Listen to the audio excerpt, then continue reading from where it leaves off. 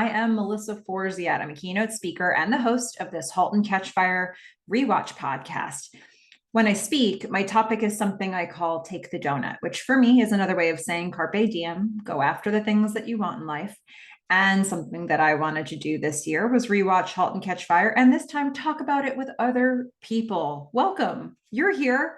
Hopefully I'm talking about it with you. This has been such a blast. And today we are going to discuss or talk about or explore 209, episode 209, which was called Kelly. Now, Kelly has meaning, which I didn't know until I just looked this up, but I figured this might be one of those episode titles that has some deeper meaning to it. It does. Kelly is the Hindu goddess of death, time, and doomsday. She's often associated with sexuality and violence, but is also considered a strong mother figure and symbol of motherly love. The sexuality and violence piece, I think, really wraps itself up very well in that scene where Cameron goes to Joe and sort of sidles up to him with the end goal of trying to get him to put that virus onto the WestNet network.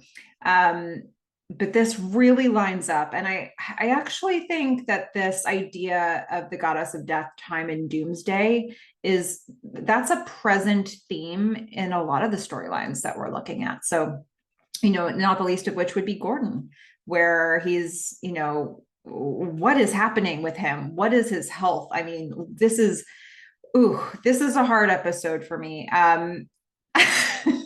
It's really hard for me to watch the Gordon stuff in this episode. I'm going to do my very best to deep dive into some of these things that, I cannot watch that Gordon falling down the stairs scene deeply. I can't watch it deeply. I'm trying. But we'll just see how it goes here. So we're going to talk about 209 today. This originally aired July 26th, 2015. It was directed by Craig Zisk and written by Jason Cahill. Here's a description. In the wake of West Group's hijacking, Cameron makes a sacrifice that upsets her relationship with Tom. Joe, racked with guilt, puts his own relationships on the line, and Gordon's psychological stress causes his condition to reach a tipping point. Okay. Before I get into the scenes in this episode, I just wanted to let you know, if you haven't had a chance to see it yet, my last interview that I dropped was one with editor Rachel Goodlett-Katz. It was such a fun conversation. She was really into dissecting everything. She worked on some of my favorite episodes of the show. It is spoiler heavy. So if you are new to the show and you're just now caught up to 209, hold off on that one a bit, because she's going to get really into seasons 3 and 4. But my goodness, was it fun. And it was really fun. It's been fun to see new commenters who I haven't heard from before jumping into the comments to share that they really liked that interview. So go back and check that one out. It's so much fun. And a lot of good information came out of it. But let's get into the scene by scene breakdown of Callie. Okay, we're going to start with gunshots. Because that's, how it all needs to start in an episode that you've called Callie. And we're going to see, the first thing we're going to see is a target at a shooting range, close up to the target, all kinds of bullet holes in that target. And then we're going to see that Cam is shooting, but Donna is behind her at the range. And Cam's going to bring the target forward to her. And Donna's going to be recapping. She says, okay, so we've got about $6,000 in the bank. It's not enough to fund our own network, but if we skip payroll again, Cam's like, no, we can't do that. The coders are burnt out. They're not going to have it. We have to go back to them with an actual plan, and it can't be, we're not paying you. So pause here for a second. When we closed the last episode and we had Donna saying, Cam, what are we going to do? What are we going to do? And I said, hey, it seems like Cam has a bad idea that she wants to execute. The good bad idea wasn't a solution. It was, let's go to the gun range.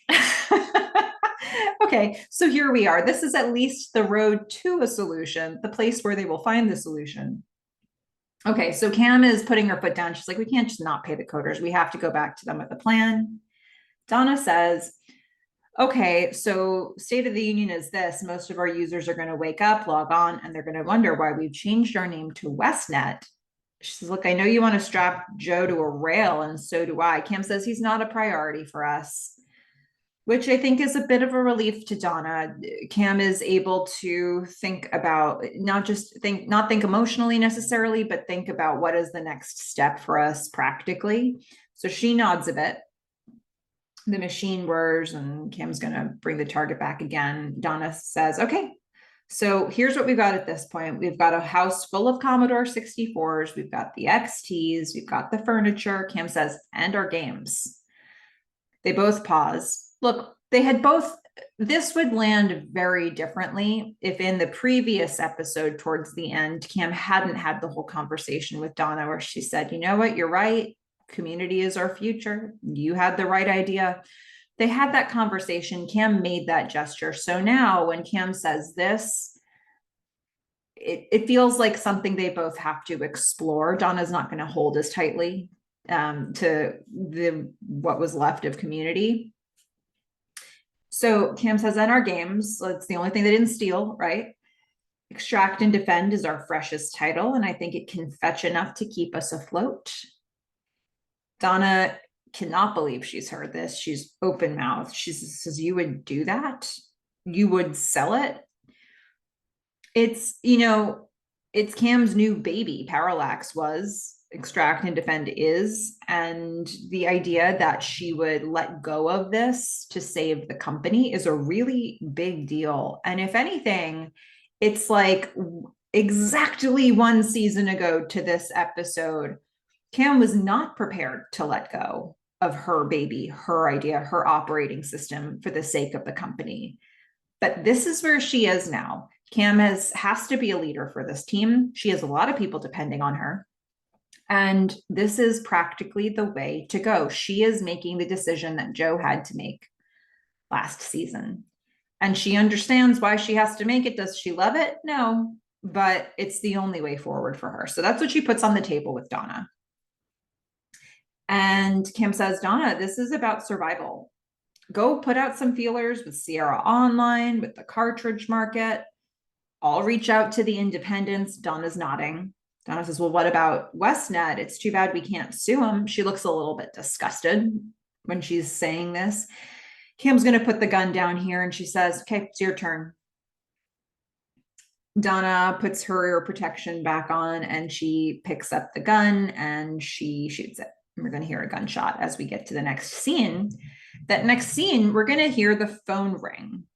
And Joe and Sarah are in bed in the clothes they were wearing to the club the night before. They had a big night, they slept it off, and the phone wakes them up. And so sort of Sarah doesn't really want to be woken up, so she just kind of nudges Joe until he picks up the phone. Joe says, yeah, you gotta be kidding me. Which, I mean, where? And Sarah is just groaning like, stop the noise, stop talking, don't wake me up yet. Joe says, yeah, I know that one. And then he sighs and he gets angry. He's had enough. He says, for God's sake, Gordon, you can shut up and wait. And with that, Sarah is awake. Like she hears the name Gordon. She sees Joe get a little fired up. She's like, here we are. They're going to lie back down again. And Joe groans. She's like, what does he even want? Just says, a ride home from jail. In case you forgot, Gordon, who was super paranoid, broke into Stan's house and he was pulled out by the cops.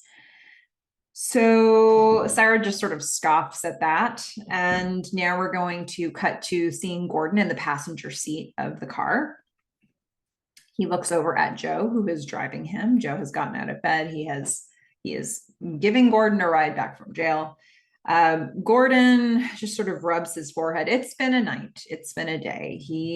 It was stressful for him, the paranoia from the last. And it's weird because on every previous watch, I binged these episodes. So these two were really close together for me. So you can feel the paranoia from Gordon all the way into this episode. For me, I've had a little bit of a delay, a week delay from watching these two episodes. So I kind of have to remind myself, oh yeah, he was super paranoid.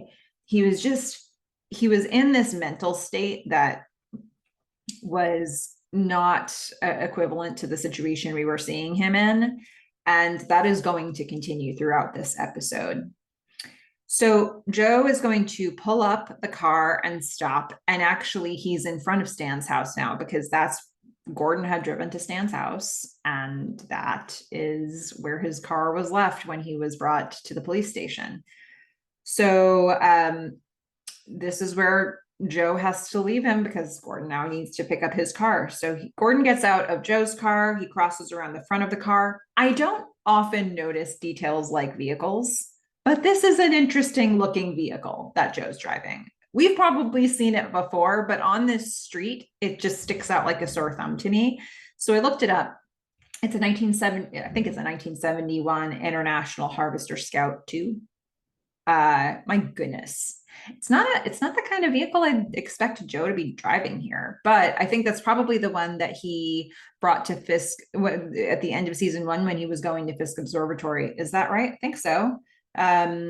So I don't know. Is this the thing Joe would drive in this era of his relationship with Sarah when he sort of met her in a more outdoorsy setting? I don't know. So okay, Joe says, "Do you need anything else?" Gordon's like, "No, I'll make it." He's going to pause though in the middle of the road. He's going to say, "Thank you." Joe says, "Go straight home, Gordon. Clean yourself up." Gordon pauses. He steps forward. He's going to give Joe some advice back. He says, "Get on that damn plane. Put all this behind you." Oh, Gordon, don't you? Surely Gordon knew how much Joe needed this advice right now. Joe grins a little bit. He's going to go. He's going to shake Gordon's hand because, goodbye, Gordon. And then Gordon's going to get in his car. He's going to put his glasses back on. And he's going to continue the mission that he was on last night. He grabs that JGL ad from the plastic baggie where they must have taken all of his possessions and now they've been given back to him in a plastic bag. And he thinks, yeah, this pursuit of the JGL Computers Company got me such good results last time. I'm going to try a whole other episode of pursuing this again. So I really like this shot here and how it's sort of mirrored towards the end of this episode. We're going to see Cameron's bedroom, Cam overhead, the overhead shot, looking down on Cam. And she is pulling a tennis ball that's been sort of pierced by a blade and stuck into the wall. She's pulling that out of the wall, throwing the tennis ball off to the side. That, by the way, is a symbol of Tom. I'm going to take him off the wall. That's my anger with him is done. She's going to stab the target onto the wall instead because my anger with Joe has just gotten started, is what she's thinking, maybe. Cam is then going to sit on the edge of her bed. She takes her shoes off. Tom comes in. He's looking concerned. And frankly, Tom's too late. Tom says, "Hey," she says, "Hey." He's like, "So is it true what I just heard?" So she's just let rumors circulate that he probably should have been told about first. Kim says, "Probably." Tom looks a little bit surprised. He says, "The rumor being that you're selling what we just spent the last 4 months of our lives working on." Kim's like, "Oh yeah, that." She says, "It's not like I have much of a choice, Tom." She basically, that whole line comes out as one long sigh. It's like, "What do you want me to do, Tom?" Tom says, "Okay, can we just," he starts to get a little bit desperate. It's almost like the game is synonymous to their relationship is existing. So she's willing to get rid of the game. She's willing to get rid of him. And so his reaction feels on par with that through this conversation. He says, "Can we just take it slow for a second?" He kneels down to her level because she was sitting on the bed. So he's going to make himself eye level and unthreatening. And she's going to scoff at that. She says, "Yeah, I wish I had that luxury." She's kind of giving him this, "You don't really understand" expression. And Tom says, "I just don't want you to act too hastily or panic. which is, you know, it's almost, it's, it's not exactly condescending, but it almost feels that way because he has rescued her from a panic attack before. So it's almost like using that against her. It's not exactly there, but it feels a little like it could be doing that. He goes to put his arms around her and she just won't be held. She doesn't want to be constrained by him in this situation. She just wants the situation done. And she says, just, can you, I know what I'm doing here. Tom says, well, at what point were you going to tell me? Yeah, fair. I mean, it's a very cold and abrupt way to deal with the person who co-wrote this game with her. So he's a little frustrated. He says, I'm just the guy who wrote the game. She's like, co-wrote it. Let's see if she ever co-writes a game again in the rest of her life. Tom says, okay, so we're splitting hairs now. She is exasperated. She says, Tom, and she just like, I just wrote a bunch of M's at the end of that. She says, I'm tired. All right. I smell like gunpowder and beer. I don't remember my last shower. Can you just here? She gives him money from her wallet.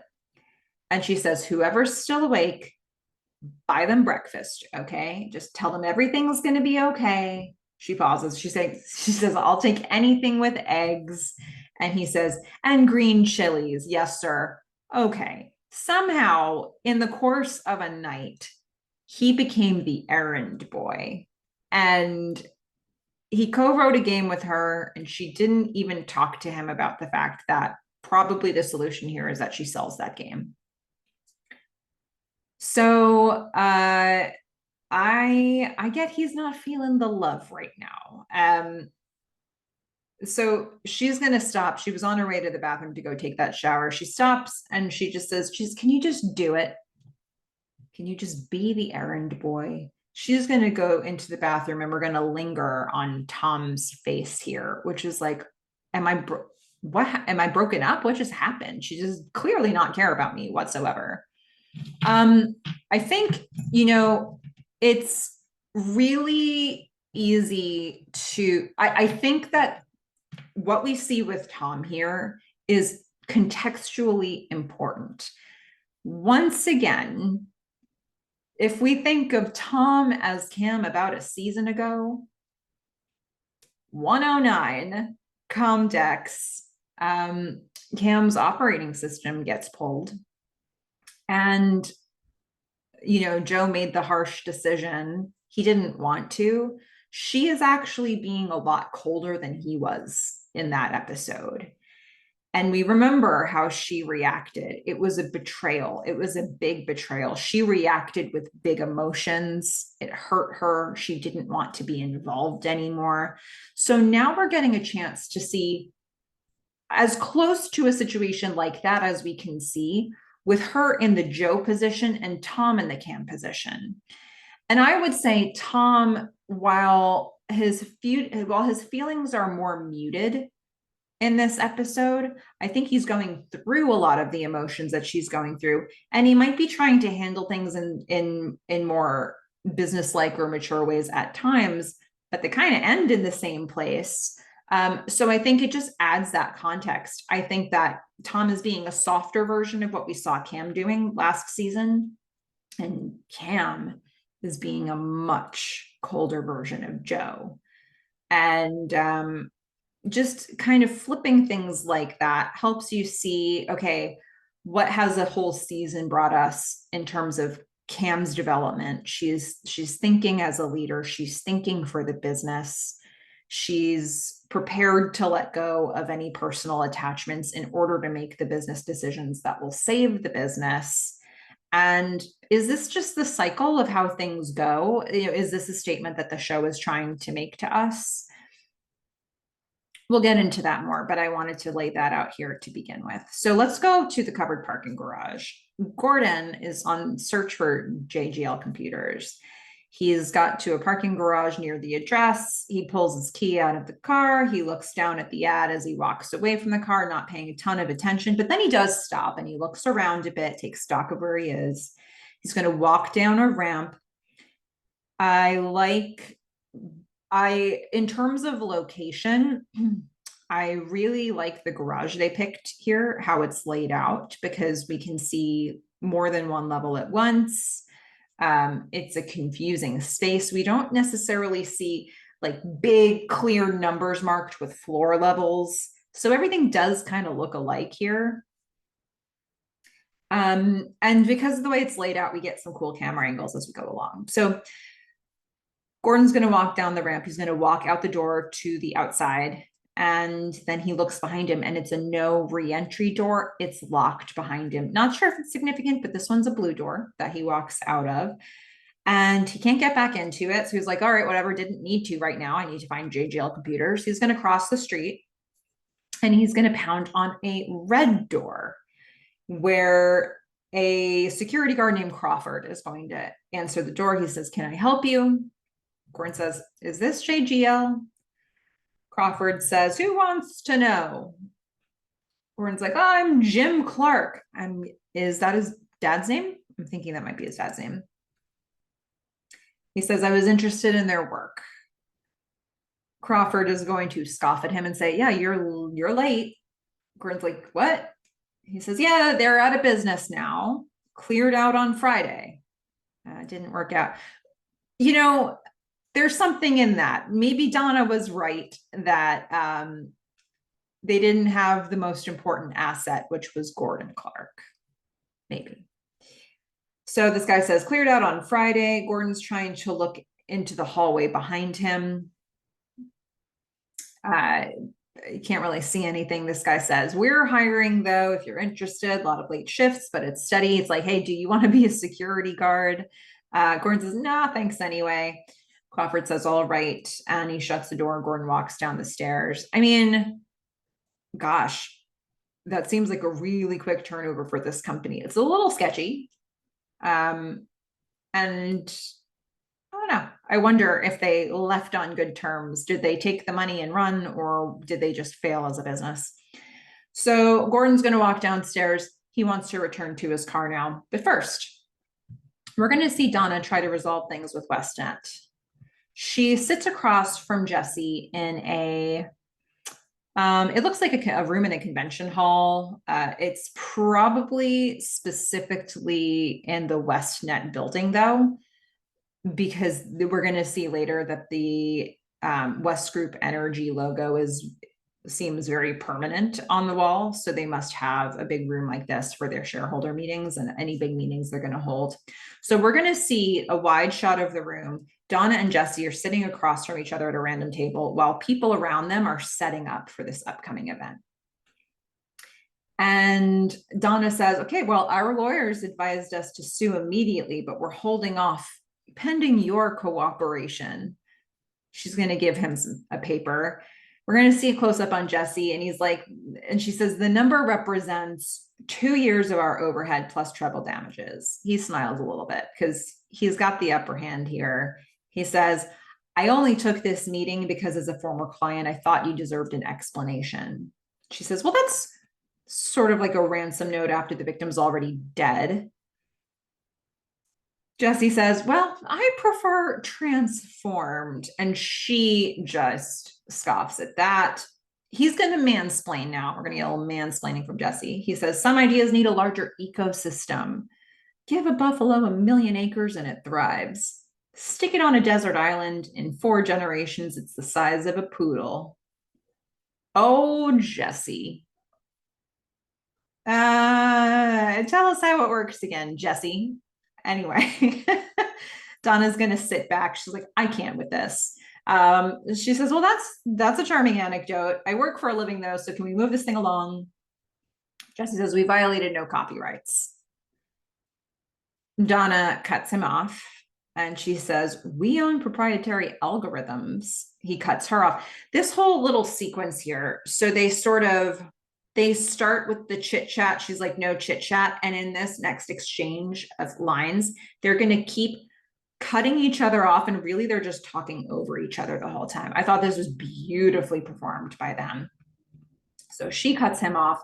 We own proprietary algorithms. He cuts her off. You were making it up as you went, at least admit it. She cuts him off. Connecting subscribers is in discrete communities. He cuts her off. The source does a version of that. Delphi, CompuServe. Donna says, not like us. So they've done a bit of cutting each other off. And then she says, not like us. Pause. No talking. She says, not the same way as us. This idea belongs to its originators. Jesse says, if that were true, Coca-Cola would still be a cough syrup. One of the things that's happening in this room right now is because people are setting up all over the room. One of the things that's being set up right now is the lighting. And so there's a spotlight that's sort of roving the room. It feels very like, who's the culprit? Where were you the night of? Like, it's very, it isn't an interrogation, but feels a little like an interrogation because this light is searching the room. Okay, Donna says, this community doesn't like copycats. We're prepared to reach out to every trade magazine in the country, every reporter on the tech beat. Jesse's got those connections. He's not impressed. He says, so like Leslie Wu Foley from PC Magazine, Reese Jenkins, John Krinke, he stands to talk to the workers, which is the biggest insult of all of it. So he drops those names. And then something that somebody's doing, they maybe put a chair out of place a little bit. He's also focused on that and a little bit focused on Donna. So he says, not so close together, please, guys.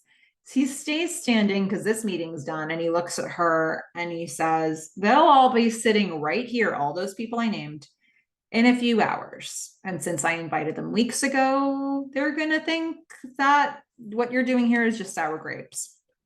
Donna says, we'll do a side-by-side. And he's like, yeah, if they can even find Mutiny, because Mutiny can't even find Mutiny right now. She flinches a bit at that. This conversation is obviously going nowhere. He says, when are you guys going back up, by the way? Look around, Donna. We're announcing today. We're all in. She has a folio for Mutiny on the table in front of her. He's just going to cover it with one that says Westnet on it.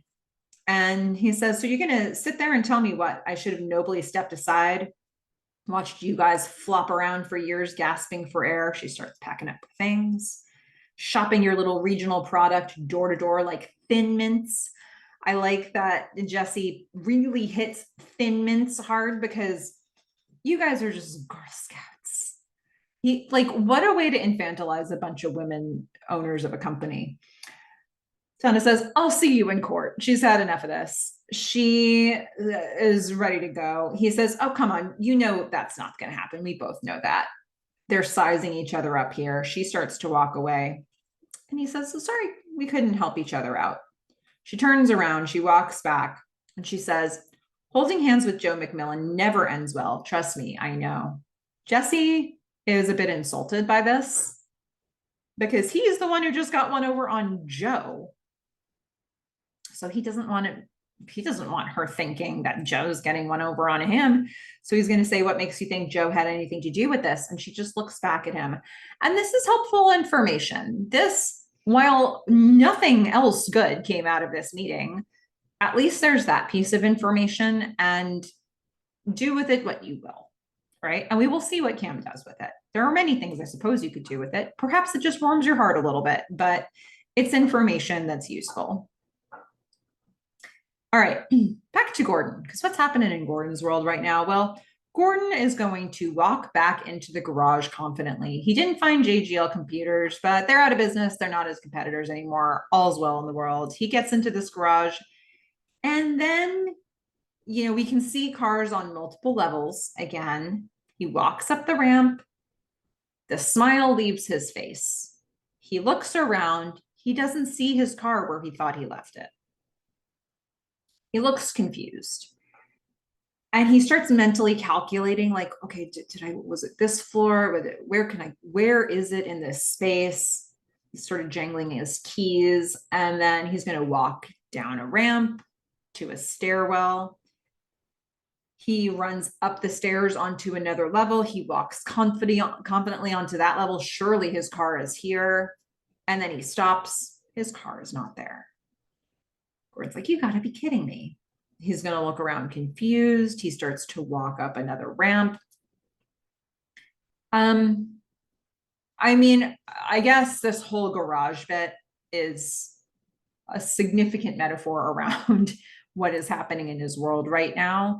He's kind of lost in the sauce, isn't he? He's just like, you know, what is his health? Is he healthy? Is he sick? Can he function? Can he not? Should he be paranoid? Should he not? Does he have competitors? Does he have a monopoly on this business? He is like nothing to cling on to here. Who are his friends? You know, like does he have a connection with Joe, or is Joe moving? Does he have a, you know, does Donna have a business? Did he hurt the business? Does it not exist anymore? Like what?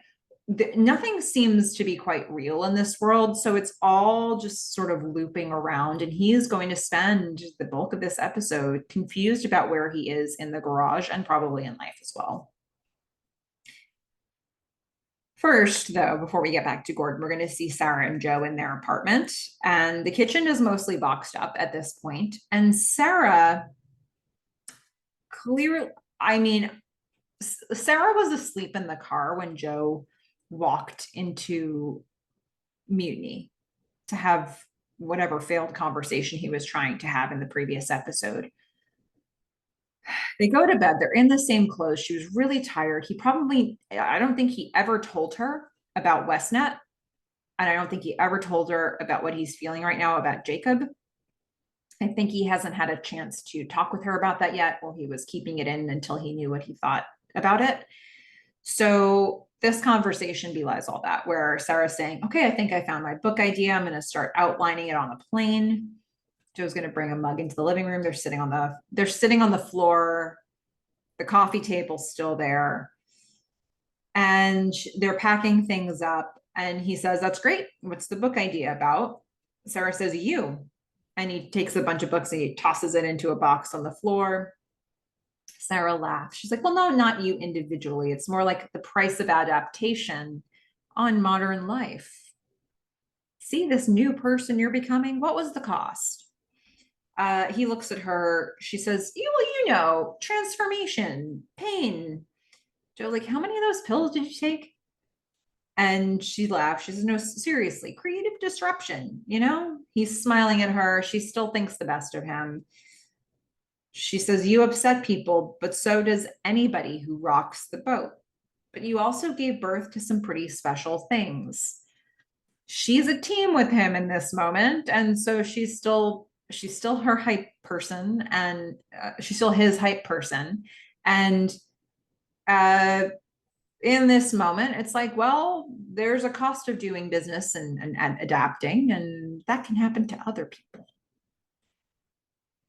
He's going to, I mean, in this moment, when the whole world would appear to be against him, Sarah, there's this moment before Sarah knows anything where she still thinks of him as the guy, you know? And so he wants to celebrate that for a second. He slides the box across the floor. He lays her down. He gets on top of her. He's like, well, I'm taking one for the road. Sarah says, well, the movers don't get here till 3, and they kiss, but a knock on the door is going to interrupt them. And exactly the person he'd want to stop them stops them. It is Jacob at the door. He goes to the door, sees Jacob, and it all turns ice cold in that room. And Jacob clearly understands that Joe knows what's up. But Sarah doesn't know anything. So there's like sort of 2 conversations happening at once, all these different signals crossing in this room. And Jacob says, oh, Joe. Sarah's going to spin around. It's her dad. Jacob steps into the doorway, says, may I? Jacob, you're already in the doorway. Joe sizes him up, not speaking, but he does let Jacob in. Sarah says, Dad, he's going to bring a present to her. And you know, she kisses her on the cheek, and he said, just wanted to wish the happy couple bon voyage. And he presents her with this gift. We see Joe leaning back against the wall, not engaging. Sarah looks at the gift. She's going to take it and open it. Meanwhile, while she's occupied, Jacob turns and goes to Joe. And he says, so go west, young man. Go West Group, young man. Still a wide open business. Do well, blaze a trail. Who knows? Maybe West Group will open an office out there someday. Joe's just glaring at him. Like, can you stop with this? Maybe this is Jacob's effort to try to know how much Joe knows. Maybe he already knew how much Joe knew before he walked in. Joe says, yeah, I have no doubt you'll have an office in San Francisco one day. Sarah compliments Dad on the gift. She comes over to hug him. Jacob's like, well, you're going to love it out there. She nods at Joe. Joe smiles back because in Sarah's world, all is well. They're about to move. They're married. Things are good. She's going to get away from all of the nonsense happening here. She's going to take Joe away from all the nonsense happening here, and hopefully he won't be enabled as much.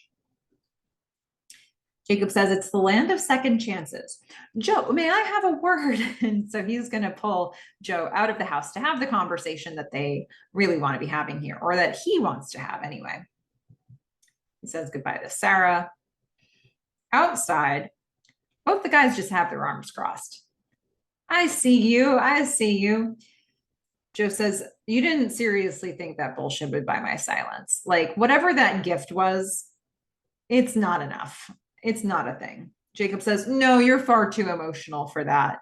Oh, what a jerk. Stone cold businessman, if you will. Joe says, you stole intellectual property. Jacob says, actually, I tried to buy it. A very generous offer, as I recall. Only the deal went south somehow. Joe, I wonder how that could have happened. Joe says, no need to dance. I went behind your back. I told Mutiny not to sell, and I'm glad. Every instinct I had about you was correct, except how low you would stoop. Jacob says, we're done. If you're Jacob in this situation, you probably think, I'm fully in the right. Joe tanked this. He went behind my back, and he tanked the relationship after a verbal agreement was made. Jacob probably had grounds to sue, I'm guessing. We didn't see the actual verbal agreement if it went through Joe, but he's going to do something more than that. He's already done something more than that. He stole their property. So it's a bit of shaky ground for Joe to fight back on, because he sort of dealt the first blow in this situation for Jacob. And really, who's Mutiny? Like, Joe should have been representing West Group's interests the whole time. So, this is just, doesn't really have a leg to stand on here. So Jacob says, we're done. Joe says, are we? What if I went public? I'm your son-in-law. If I string together the right 10 words, your stock's in the toilet. Jacob's like, yeah, you don't want to do that though. Do you have any idea how hard it's going to be for you to start over? Without West Group, your resume reads like a rap sheet. Probably does anyway, right? Even with West Group. Joe says, I'll try my luck. Jacob's still speaking, but we see Joe. He says, and Sarah, how would your little stunt affect her? Then we see Jacob. He says, there's no upside to grudges. Come to our shareholders meeting this afternoon. Joe's like, the day that I vouch for you. Jacob is trying to show in as many ways as he can how much leverage he still has over Joe. And if you get all the way to the end of this episode, you might be saying to yourself, and I'm saying it to myself, I have to really unpack this. Why does he let Joe get on stage to do a keynote? And I think it is pure narcissism. Like, he thinks it's purely, Jacob is so high on his own supply. He thinks that he has control over Joe for all of the reasons that he's sharing here. He thinks Joe won't buck him for the reason that he needs West Group on his resume. Oh, that doesn't work. You don't want to hurt Sarah. That doesn't work. Okay. Jacob says, there'll be a lot of very important people there, people who can make a difference to your future. So it's like, and in addition, when you are in that room, be on your best behavior, because you're going to be putting your best foot forward for all the people who can potentially hire or not hire you in the future. I think Jacob thinks that when he puts all that stuff out there, he's making his case very simple. Either Joe won't show up at all, or Joe will show up and he'll be on his best behavior because he's got all of these reasons to do that. So Joe looks back sternly. Jacob's like, well, Sarah will be delighted and we can part friends. He gets in his car, case closed, right? Joe shuts the door for him and just holds the door and is standing over the window, the open window, and it's a bit threatening. And he's ominously hovering over Jacob here. He says, we're not friends. We're family. We'll see each other at Christmas every other year. We'll nod to each other across the room. And after about 45 minutes of fake chit chat and eggnog, I'll make an excuse. We have to be somewhere. I'm so sorry. And when my children ask me who that tall gray stranger in the window is, I'll remind them that's your grandpa. Jacob's cold as ice. He says, I'll see you there. He starts the engine. Joe pushes himself off of the car and he walks away. And to go back to Joe's speech there about what the future holds, I love the fact that he adds in, we'll see you every other year at Christmas. Because we don't want to see you every year, not because he has anywhere else to go. Like, where else would he go for Christmas? I don't know. Sarah's mom's, we've never heard about her. So basically it's just like, we'll go when we feel like it, but as rarely as possible, and give you no information and give you no access to your family. And that is your life. What else can he withhold from Jacob at this point? Okay, we're going to go back to the mutiny house. Boz knocks on Cam's office door. He's going to come in. Now, remember where we left off at the mutiny party, his son, who had as many terrible introductions to the mutiny team as you could possibly make him suffer through, did say to Boz, hey, I've got a potential job for you, and here's the people. He gives him the business card of the people that he needs to talk to. So Boz is thinking about all that here. And Cam's on the phone when he comes in. She says she's trying to sell the game. She's like, no, it's not a two-person shooter. It's a two-perspective shooter. So, oh, okay, you're not comfortable with that platform. Boz is watching her. She's trying to make this deal. It's not going well. So, okay, thank you for your time. She hangs up disappointed, and Boz says, hey, cut that out. Stop it. She says, what? Boz says, that down in the mouth crap. Buyers here defeat, they scatter quicker than crawfish at a church boil. Cam's going to smile and laugh here. Boz, this is a Boz pep talk, the Boz pep talk we all needed, and certainly that Cam needed. He knows Cam very well, and he knows in this moment that he probably should not bring up the fact that he's got a potential job lined up. Cam needs support, and this is how she's going to get it. So he says, you're the boss bitch around here, queen of the Nile, sitting on a gold mine. People be lucky you don't charge admission. Get me? She's going to roll her eyes, but she is pleased. He struck a chord, right? She needed that. So he's in a suit. He's all fancy. She's like, well, you look sharp. He's going to sigh because he's probably shouldn't mention why he's in a suit. He says, what's that? He points to his design on her desk and a bunch of papers. It's the classic look over there scheme. But there is actually something to look at. So she says, oh, it's our next interface. She's mocked up a drawing of what the next interface would look like. She says, see these quick link boxes? And she's smiling. She's really happy and excited about it. She says they'll kick the users right over to their favorite area. Boz is going to nod while she smiles. It's like, let's keep her happy. She says, I've already started coding it. And she says, I'm sorry. Did you want to talk to me about something? Boz says, nope. Not the time. Nope. Nothing I wanted to talk about. Okay, we'll get there eventually. First, we're going to go to Gordon at the garage. He is walking down yet another ramp. There's nothing on this level except some sort of a maintenance vehicle or cart. A door opens on this level and a worker comes out, the guy who works this building, this garage. He says, sir. Gordon says, well, I'm looking for my car. The worker says, this area is for employees only. You can't even get in without a pass. Do you have a pass? Like, basically, how did you find your way here?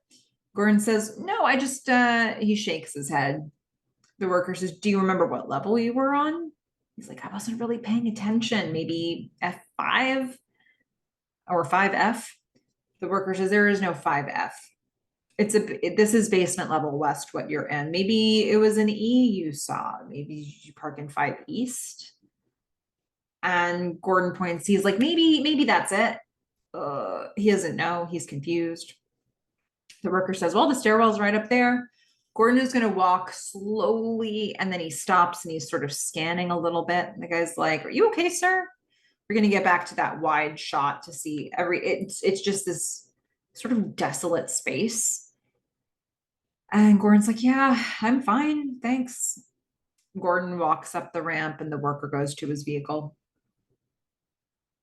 So we are going to see that instead of Boz telling Cam that he has a new job opportunity, he's just going with her to a pitch meeting.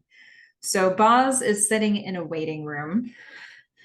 I love what they did with this waiting room. So Boz is in an armchair. Donna and Cam, we haven't seen them yet, but they're on a sofa together, or maybe a love seat together. But the waiting room that they are in is unfinished. There isn't art on the walls. There is a ladder on one side that we can see in frame. And on the big sort of wall that you first see is the word fun time stenciled out and partially painted. They're still just getting set up here. So then the camera's gonna move over to see Cam and Donna on the sofa. Donna's like, who are these people? Cam says, well, I made like 100 cold calls. They were the ones who got back to me. Apparently they're just a few weeks old.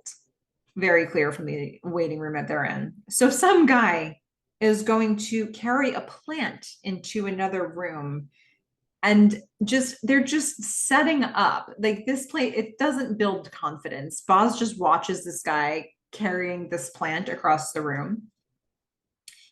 And so Donna's like, okay, yeah. Cam says, so West Group didn't back down. And Donna says, no, the creep practically blew his nose in our settlement offer.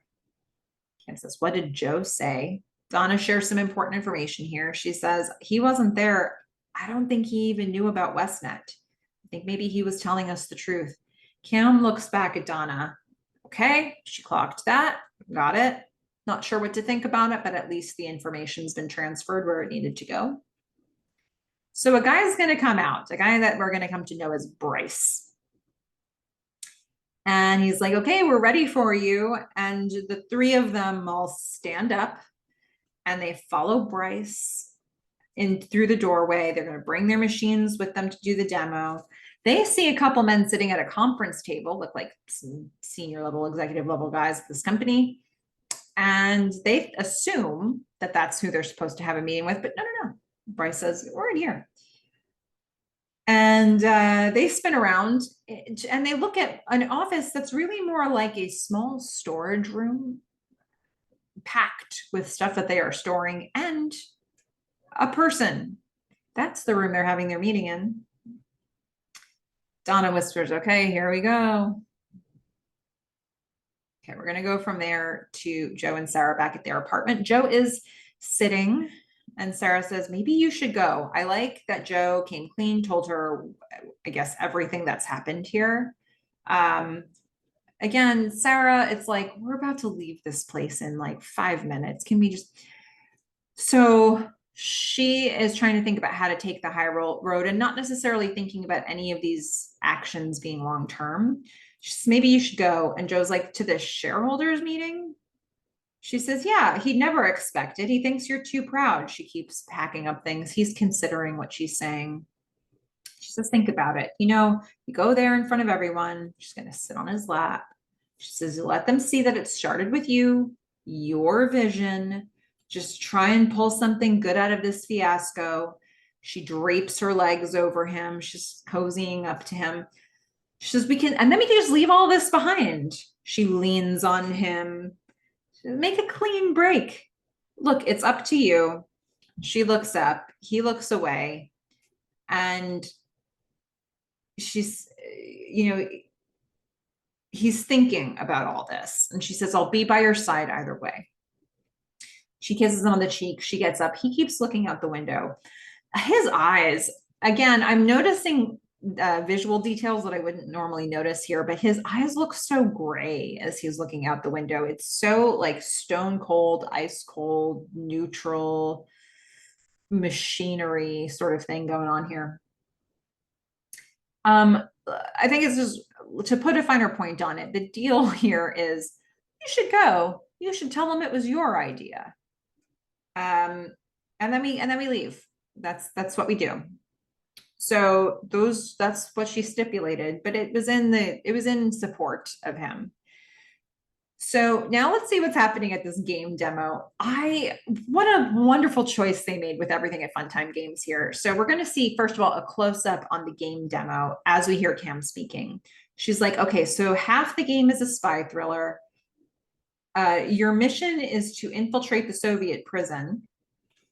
As she's explaining this, we're going to get an overhead shot, which was a perfect choice in this space. The overhead shot shows that there's not enough room for 5 people in this office. There's a woman who's seated behind her desk, and there are no other chairs.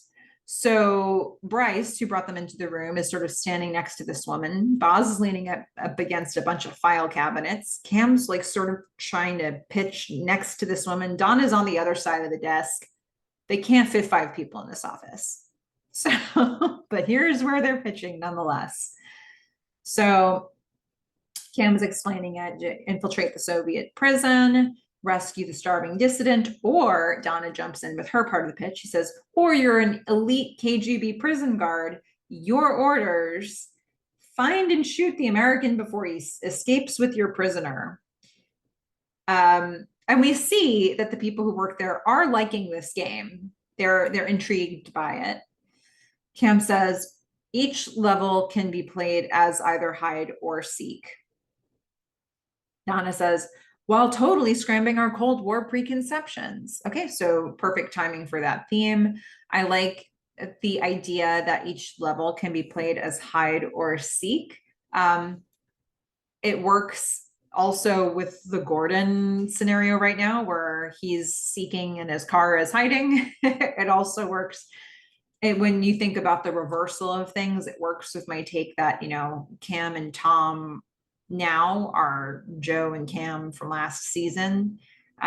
So we're just getting all of these, like, if you just switch your viewpoint, the game is totally new.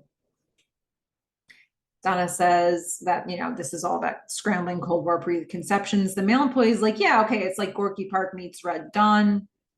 The female employee, who I think will be named Amy later, she says, yeah, well, if we can port the code. Cam says, graphically, there's no reason it can't run off a cartridge. I mean, look what she's willing to give up. The entire premise of what she built this thing for. She's willing to give all of it up to sell this product. What a distance she's come from last season. Better or worse, for better or for worse. I mean, and Donna is sort of tracking all of this. She's like, oh my God, she's willing to give up the online portion of it, just do cartridge. So Donna's going to nod. Boz is staying quiet in the corner this whole time. He's leaning up against this file cabinet very awkwardly. The female employee is going to say, but without the live 2-player aspect, isn't it just battle zone in a prison? Kim's like, nope. Donna says, no, we like to think that the tension and claustrophobia really set it apart. The guy worker is very impressed by all this. He's like, yeah, it's really cool. I like it. And then from another room, one of those guys who was sitting at the conference table, who Boz can see all of this time because he's standing in the doorway looking at everything. So this guy calls to Bryce and he says, Bryce, couple coffees, please. Okay. So they're having a pitch meeting with the guy who gets the coffee and the woman in the storage room. Bryce says, yeah, 1 second, guys. We go back to the overhead shot of all of them. Perfect choice to do the overhead shot again. Bryce has to sort of shimmy past Cam and Boz to get out the door. And he says, I gotta go that way. He just has to like squeeze past them. Boz says, Okay, sure. Cam's just shaking her head at all this. What are we doing right now? The woman employee says, okay, conceptually, it's strong. I just wish we could cover your development costs. What you're asking, it's kind of out of our price range. She smiles. She tilts her head. It's like, can we just work you down on the price a little bit? Donna is just staring at all this. The phone rings. The only person who's going to answer this phone is this woman that they're talking to because she's also the secretary right now. So Kim's trying to jump in and she has to answer the phone. She says fun time games, and then she just starts speaking in Japanese. And Boz is looking back through the doorway at the conference room with those senior guys. It's like, that is the room we need to be in. Those are the guys we need to be talking to. Donna is prepared to give up. Let's just get out of here. Boz says, sit tight a second. He puts a hand on Cam.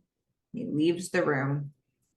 And we just hear the woman continuing to speak Japanese as Boz saunters into the conference room that he's not supposed to be in, where Bryce is trying to get coffee for these two guys. And he just introduces himself. He says, hey there, John Bosworth, Mutiny Inc. Bryce, could you excuse us? Bryce is now getting kicked around by somebody who doesn't even work there. He looks at Boz very awkwardly. Boz is going to lift his eyebrows and just gesture for Bryce to leave. Like, out you go. The grown-ups need to have a conversation. So one of the guys nods for him to leave. There are two guys sitting at this table. I don't know if they're partners, but it seems to me like one of them has more authority over the other one in that room. The one that we're seeing on the left is the one who's sort of answering all the questions, being verbal, and the other guy looks like he's taking a bit of a back seat to him. So that one guy who's being more in control agrees to let Boz stay in the room. Bryce is going to leave. Boz looks at the map that's across from those guys that they're looking at. It has all these little markers on it to mark things, some cities off. He says, let's see, it looks like you're headquartered up in Redmond. What's this, a distribution network? The guy with more authority is like, yeah, that's confidential. The other guy isn't even meeting Boz's gaze. Like, he just is looking down. There's nothing else to do in that room. He's just not meeting Boz's gaze. Boz says, okay, that's nationwide. Okay, well, you gents must have some serious backers. The more senior guy says, Mr. Bosworth, I'm going to have to insist. Boz is going to go off and give him a whole spiel. He says, oh, I've got no interest in blowing your grand plans, whatever they are. Yeah, it's a free country. A couple things. He sits down. He's in complete control in this room. They don't know what just hit them.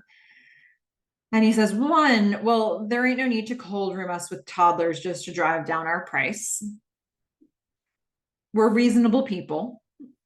Two, he looks back at the map. He says, it's a lot easier to establish a beachhead under a friendly flag. Why do you think Toyota is building cars in Fremont rather than Fuji what now? Well, four little words, made in the USA. The guys are listening. They give a slight nod. The one who's less senior in the room has his hands just folded over his mouth and still clearly taking a back seat in this situation, not even letting his expression be read. Boz continues. He says, your partners say they land their product with strictly Japanese games, ones they hire you to retitle and repackage. That sounds a little sneaky, huh? Kind of like an invasion. But anyway, they say they ship some homegrown titles. Ones they developed on these shores. Yeah, that's kumbaya time. Hands across the ocean. Might be worth acquiring for the PR value alone. They're more attentive now because Boz has assessed the situation and has accurately read their company's situation right now. And so the one guy is now meeting his gaze and has taken his hands out from in front of his face. Boz is like, it'll make you look smart. Get out ahead of the curve. Boz is now going to lean in. He says, hear us out. You ain't going to regret it. They look at each other. Both of them lift their eyebrows like an unspoken, this is okay. We're listening, sort of a gesture to each other. Boz just chuckles because he's got him. He's got him in that room. So, what was the result of that? We're going to go back to the mutiny house where people are nervous. It's a little quiet in there. The door opens. All the guys stop. Cam and Boz bring a machine in. They're bringing it to another room.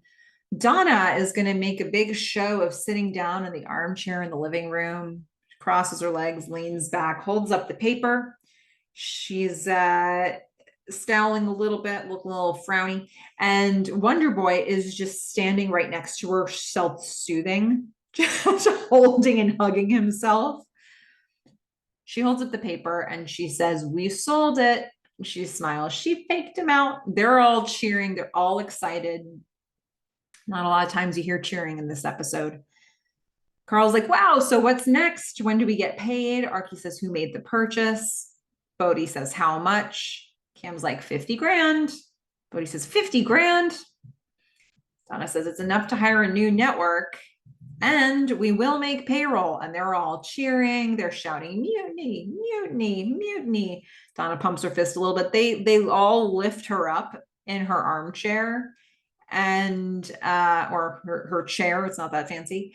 And Donna is lifted up and celebrated, but then she looks and somewhat with concern and somewhat seriously watches as Cam just walks out of the room alone. What a sacrifice Cam made. And Donna knows that. She knows that Cam made a really huge sacrifice to keep the company alive. And she respects that and she wants to give Cam a minute with that. So now we're going to go back to the garage. We're going to see the camera is looking at this. I really like this. It's an interesting shot. The camera is showing us the split levels, but we're seeing all of it in one frame. Gordon is peeing in the corner against a wall, and his head is sort of chopped off by one of the walls of one of the levels, but then he's going to duck his head under, and we're going to see, of course, it's him. Nobody else is in this garage. And so he looks, and he's going to see a little blue door. So he jumps down the level onto a car on the level below and then jumps down from that.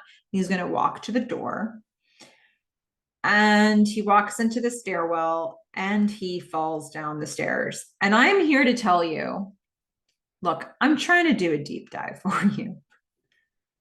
If you say to me, "Melissa, what is the absolute hardest scene in this entire show for you to watch?" This is my answer. And I'm sure it's not the popular answer to that question if one were to ask that question. I imagine there are other scenes that people would point to. This is the hardest scene for me to watch. Gordon falling down the stairs. First of all, somehow they got like 3 different camera angles in here.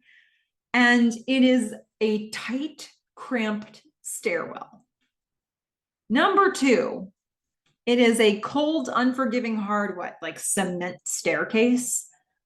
And we hear every bit of the contact that Gordon makes with all of it. Whoever mixed the sound on this one, you did an excellent job, and I hate you. And I say in the most loving way possible.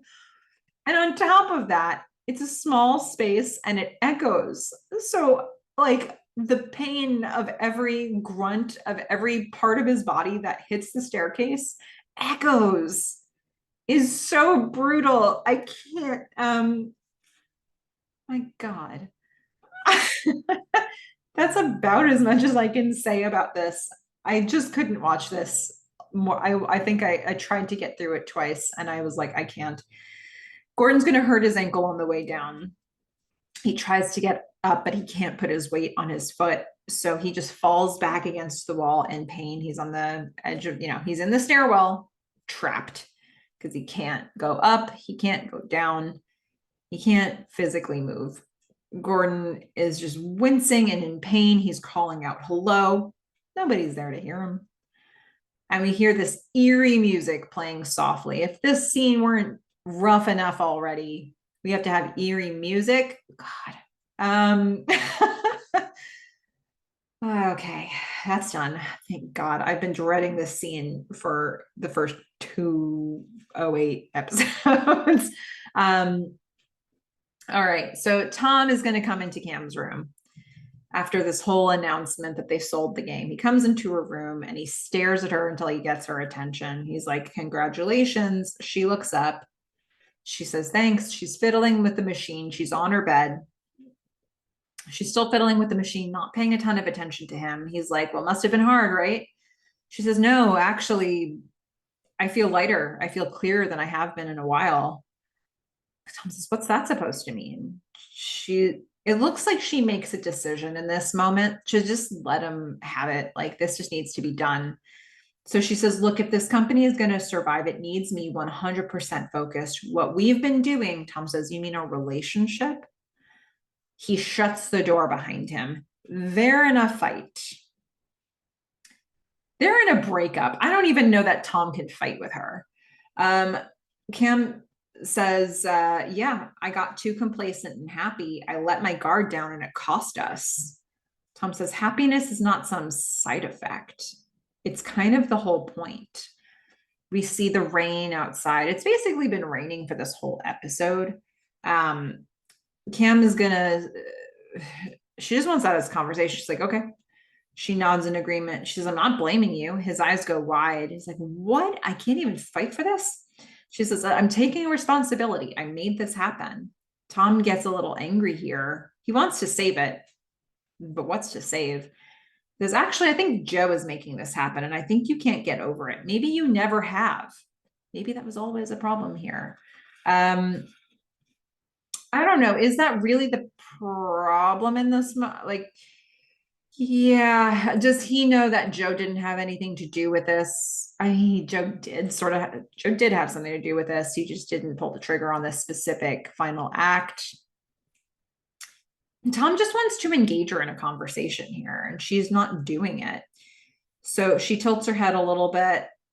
She has her head down, but she's still looking at him like she's just not going there. He says, you used me. You made me believe in what we're doing here. She's frozen. She's not reacting. I mean, Kim is so cold in this conversation. Remember, last season, Joe authorized pulling the operating system from the Giant, but he was devastated about it. He ran after her to the elevator. He was like, no, can we make this work? He was really upset about it. And Cam is like, sorry, Tom, see you later. And here he is saying anything he can to get her to not be a robot in this situation. But she has adopted all of Joe's worst traits. So she's not reacting. Tom's going to bite his lip and he says, you're a lot more like him than you think. And Kim's eyes gesture to the door. She's like, do you mind? Like, be gone. Go, leave me. The cold energy, for him to try to push her as much as saying you're a lot more like Joe than you think. That's the kind of thing that some episodes ago would have fired her up so much. And now it's like not even worth reacting to it because this conversation just needs to be done. So she says, do you mind? Tom's eyes narrow a bit and then they get clarity and then he just leaves. And she looks down at her machine. She sighs. Once he leaves, she kind of stops for a moment. It's like, did I do the right thing? Yeah, probably. And that's it. That's the end of this relationship. I mean, it's bananas how she got to this point where she's just so cold about it all. So now we're going to go to West Group Energy, their shareholder meeting, and people are mingling in the room. It's pre-event still, but people have arrived and they're getting seated, greeting each other. Joe is at the front of the room still prepping. He's typing into the computer on stage. And Jesse's going to approach. She's like, need help with that? It's technical. Joe ignores him. Jesse sighs, like, I'm still here. Jesse's like, keynote in front of the board. It's quite a wedding gift. Jesse's been snubbed. Okay. Jesse probably thought he'd be doing a keynote. That is not what's happening here. In fact, when we see their seating arrangements later, Jesse is sitting behind Joe. Joe says, do me a favor, get off stage before I throw you off. Ooh, no love lost here between these two. I mean, look, Jesse's not going to come out a winner in this episode, right? Arguably, neither does Joe, but it would appear that Joe has more control in this situation. Jesse says, by the way, a reporter wants a word with you. She says she's an old friend. Joe's going to look towards the back of the room, and he takes notice because Cam is standing up against the doorway. She's in sort of like the most muted, neutral, sort of greenish gray camouflagey tones with her hood up. So nobody knows that Cameron is in the room. She's going to take off her hood, and Joe's just standing there fully upright. Oh my goodness. It's Cam. After the way things got left at Mutiny, she didn't even speak to him. So they are going to speak now. Joe is going to bring her into his basement office, and he says, I assume you're here to humiliate me in front of hundreds of people. He smirks a little. So does she. She's like, tempting. But no, I guess that's no longer necessary. He had the right idea initially, but she convinces him out of that conclusion. Joe says, yeah, I'm done. And she says, well, I guess when my life goes up in a mushroom cloud, I just naturally assume you're behind it somehow. She's going to lean against the wall. They're very far apart from each other. He's like, old habits. She seems very peaceful in this conversation. She says, you live in town? He says, yeah. She says, with your fiance? Wife, actually, he says. We hold on his face because he's looking to see how that lands, I think. And Cam thinks for a second. She says, well, going to California was my idea, remember? So it's like she's getting in there a little bit at a time. Somewhere along the way, Cam learned Joe's tricks. And she's just like, no, I'm just going to make sure I've fully planted myself into your brain. Going to California, that was my idea. There's nothing you can do that's an original thought here, Joe. So he sits, he sighs, he's looking down. He says, yeah, at Comdex, you almost convinced me. They hold each other's gaze. Cam said, someone close to me said, there must be a reason why you're still part of my life. Do you ever wonder? I mean, what if instead of chasing what each of us wanted separately and obsessively, we just held on to each other instead? Do you ever wonder? Someone said there must be a reason you're part of my life. Do you ever wonder? Joe must be sitting here thinking like, yeah, I tried really hard. I angled every possible way I could to be part of your life. I've been stalking you, basically. Cam probably knows that as well. But once again, she's just planting the seed. Like now she's putting the soil on top, starting to water it a little bit. She's going to say, so she says this whole bit about what if we had just held on to each other instead. And Joe now looks a little pained. It's like, damn it. Is that now you tell me this? She's going to, he doesn't respond. She's going to sigh a little bit. She says, I know you didn't copy our interface. She starts to walk closer to him. She says, it wasn't your fault. She stands right in front of him. He looks very vulnerable in this situation. She said, didn't want you to leave without hearing that. They nod at each other. She goes a step further. And I must be totally mental because part of me doesn't want you to go away at all. So now, from how she's positioning it, Sarah is not the only person who's forgiven and accepted him. Now Cam's doing it as well. And I think she was always the prize. And then to go a step further and say, wish you weren't leaving. He doesn't know what to do with this really. He looks up at her and he just gulps. And he says, you have no idea. I assume the finish to that was how long I wanted you to say this, or how long I wanted to hear this from you. He says, you have no idea. She interrupts him by kissing him. He kisses her back. They get a little hotter and heavier. And then he stops and he says, I can't do this. She grabs his face to keep him close. She says, "You're Joe McMillan. I think you can do whatever you want." She's stoking him up. "Hey, you're a force of nature, Joe." Look at these women hyping him up. He pulls her hands away. She's sort of stunned back into her body and she says, "Sorry." She walks around him like she's going to leave, but then she thinks better of it. She puts a disc on his desk. She says, "That's what it could have been." She sighs a little bit and then she leaves the room. And he looks down, he picks up the disc, he puts it in the machine, he boots it up to see what she just left for him. Jesse's going to come in. It's like, "Hey, one last run through." Joe says, "Just a second." He looks at the screen. It's the new interface, the one that she had mocked up. It's got mutiny in big letters in the center. And then around it, we've got words, we've got different links, I guess, for software scrum, neighborhood community, the money pit, mutiny mall, news and updates, Holly Weird, and scoreboard. In the center under mutiny, it says in little white writing, "For Joe, always C." And then we're going to get a close up on just that part. And it's a very sentimental thing. This is what it could have been. It's even got his news and updates. And Joe looks at it, he smiles and he says, "Okay, let's go." So we're going to get a little pre-lap of applause from the crowd. And we see a full room of people. Jacob is now taking over for another speech. Somebody must have introduced Jacob. Now Jacob's going to introduce Joe. Jacob says, "Welcome. It's wonderful to see you all here." We see the annual shareholder meeting slide on screen.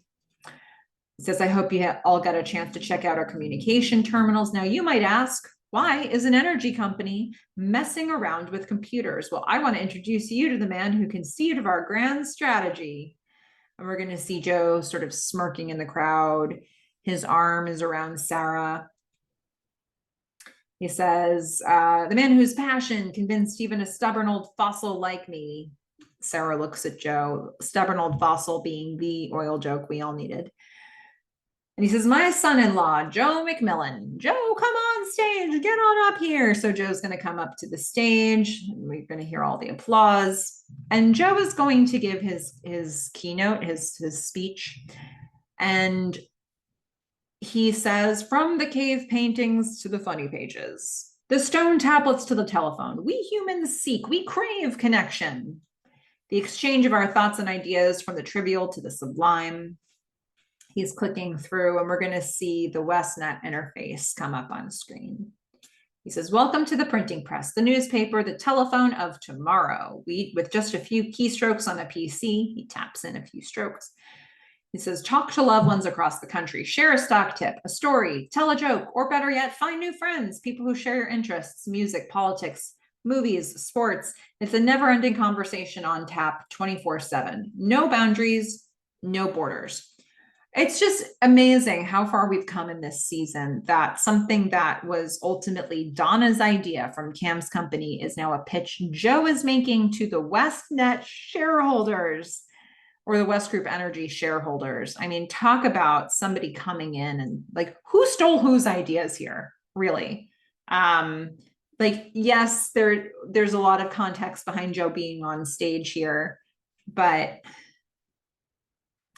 I mean, this was Donna's idea. So Joe is giving this whole speech.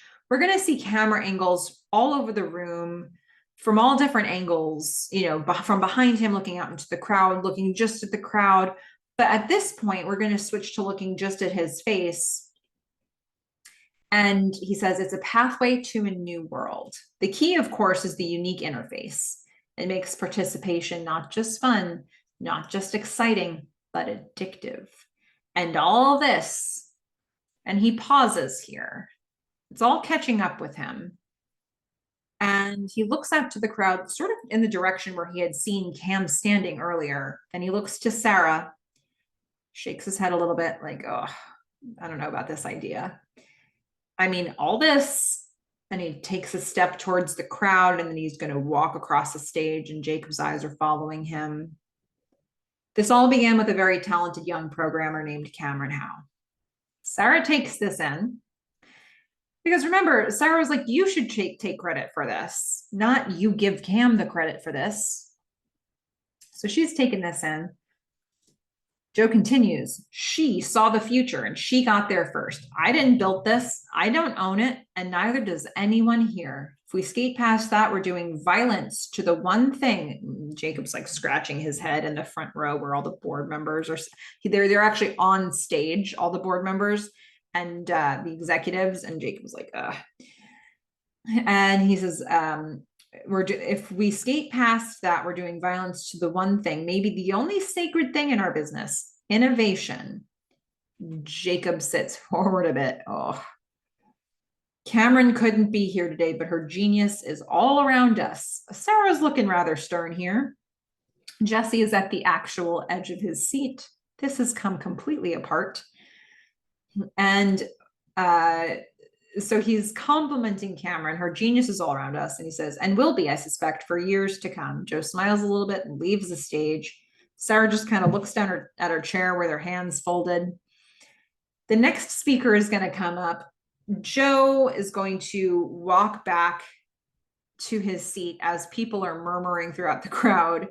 And he goes to hold Sarah's hand. And she smiles a little bit and she lets her hand be held. But I can't help but think like him giving Cam the credit wasn't part of the deal.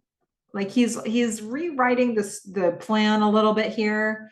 And this wasn't really what she's looking for, but she's supporting him in the room. What may happen later is a different story. I think when you think about like how this episode ends, it's like Cam sort of takes it all down with the virus. But Joe standing up on stage and saying, this is none of our ideas. This is the idea of a woman named Cameron Howe is also tanking. I think it's tanking the company in front of the shareholders, right? Like, I think that he absolutely has a part in this. He can't feign ignorance. He can't feign, I wasn't trying to do anything here. He was doing something. So now we are going to go back to the stairwell. Now that I've had a little bit of an opportunity to regroup. And Gordon is sitting there. He's been sitting there alone for some amount of time. He puts his glasses on and hears a sound outside the door. Somebody is opening a door of their car. Finally, somebody else. But they can't see Gordon. They don't know Gordon's there. So he's going to shout, hey, he's shouting as loud as he can. He's trying to push himself up the stairs, but it hurts him. And he's grunting, trying to get up. And he feels like, oh, they're getting in the car. They're going to get away. He's trying to get up faster. It hurts. It hurts. You hear the engine start. He pops out of the door from the stairwell into the main part of the garage. And he just sort of slumps onto the ground and he's inching his way. He's like army crawling his way over. And he's shouting, hey, and stop. And he can't get this person's attention who's trying to drive away. And he smacks the edge of the back of the car as many times as he has to until the person who's driving stops. And he kind of has to roll up. One of the scary parts is that the person is backing up towards him and he has to roll out of the way of the car because they don't know he's there and they can't see him. But he does get their attention. It turns out to be the worker who saw him earlier. And they're just like, oh my God, this guy's still here. And he looks worse for the wear right now. We're going to cut from here to the paramedic wheeling Gordon out on a stretcher. And this is so upsetting. So the paramedic is wheeling him past, to get out of the garage. And he's like, hang on, buddy. We couldn't fit the rig in here. The roof's too low, but we'll get you sorted. And then Gordon sees his car. And first we're just looking at his face. He's like, my car. And then we see his car. There it is. How could he have missed it? It was right there. He says, that's my car. And he's pointing to the car as he's going by. And he's like, but my car, it's my car. And the paramedic just puts his hand on Gordon's shoulder to make him lie back down. It's like, calm down, man. And then we're going to hear the siren wailing and we're going to cut to inside the ambulance where Gordon is frowning. And the paramedic says, you want to keep that ankle stable, okay? So try not to move too much. There's a monitor beeping and we still hear the siren. And we get a close up on Gordon's face and he starts crying and sobbing. And the paramedic's like, we're going to be there before you know it. And Gordon's sobbing. It's so sad.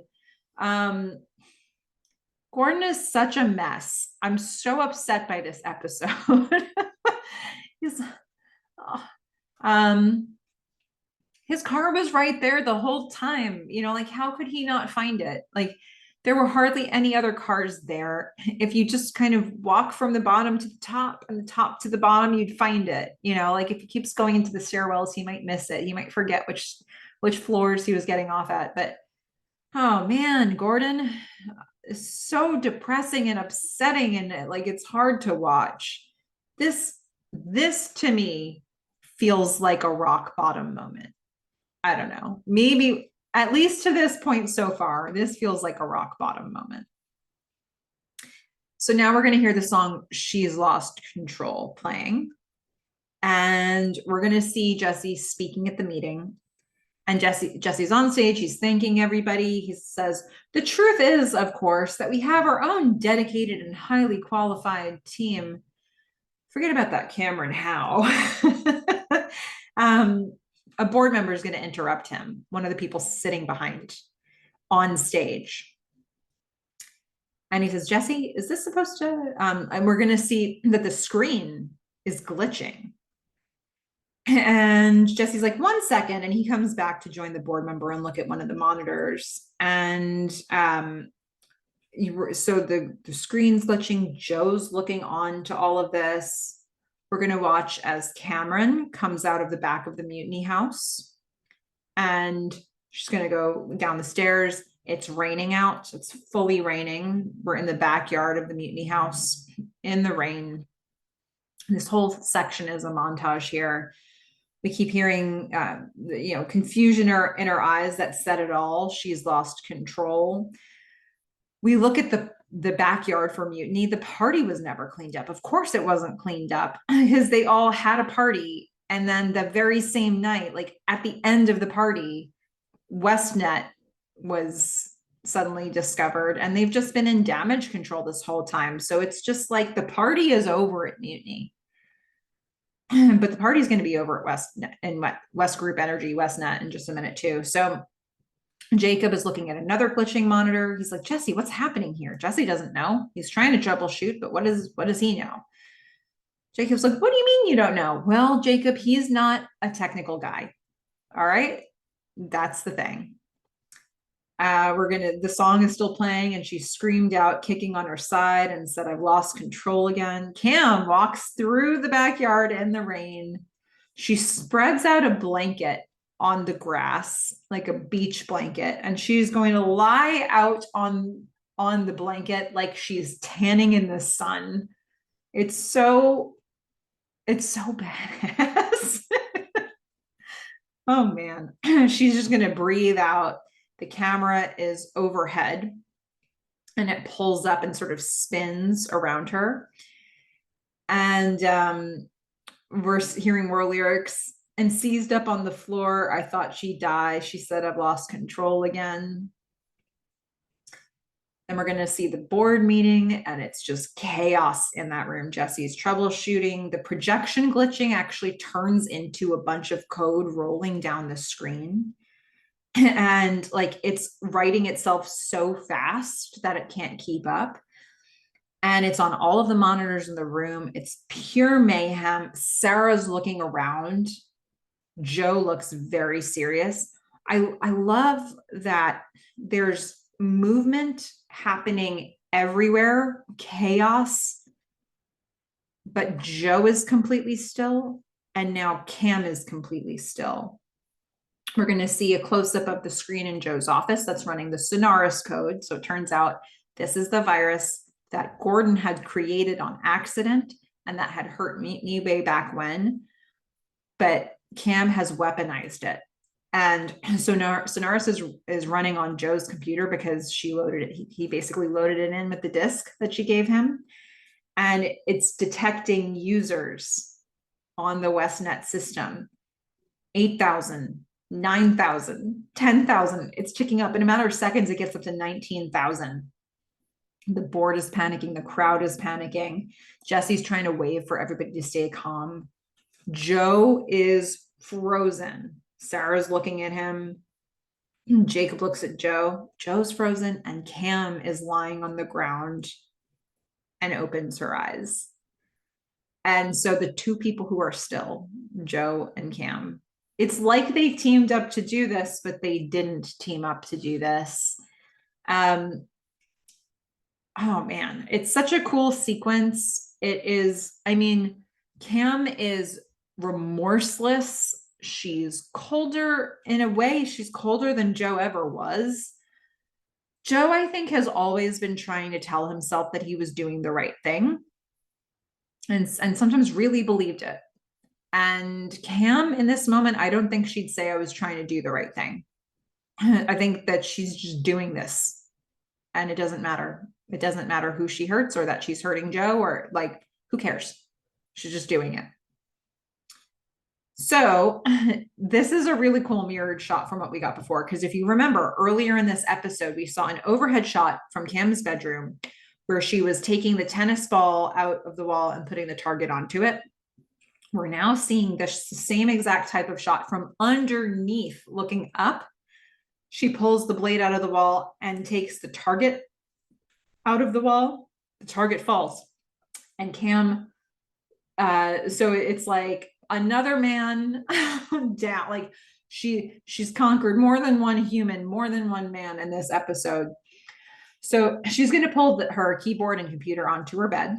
She's going to type in and extract and defend the opening, what is it, an opening screen, title screen. It comes up and it says Sentry or Spy. So that makes me think of the previous episode when Tom showed up as Sentry. They were showing up. They were going to be the pair of characters from Extract or Defend. So it's the screen that says copyright Mutiny 1985. This is one of the last times she'll be able to look at it and know that that's true because I sold it.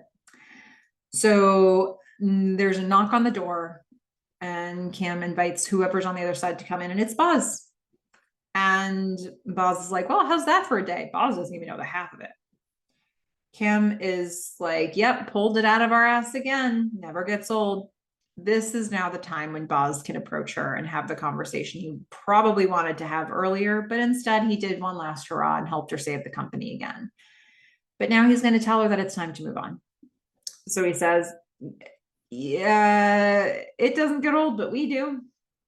He approaches her. He's like, I've been thinking. He's going to lean on her night table. It might be time for me to move on out of here. She's like, yeah. And then she looks at him and she realized what he actually just said. She says, wait, are you quitting? He says, I'm afraid so. I went for an interview and, well, hell, I guess they're desperate. Cam says, you can't. We just got back on our feet. We won. He says, yeah, I wish I could say I was looking forward to the next all night down and dirty scrap. He walks around to the foot of the bed. It's like, but I can't. And with what I've got, the 5 years left in my career, maybe 10, I got to get something stable for my family and my grandkids. Cam shakes her head. She's defiant. She's like, I'll give you a raise. Boss says, it's not about the money.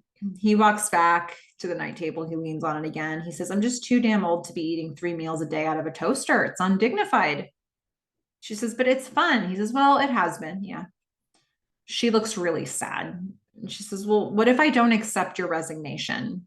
He says, it would disappoint me if you did. What a sweet exchange between them there. What if I don't accept your resignation? It would disappoint me if you did, he says.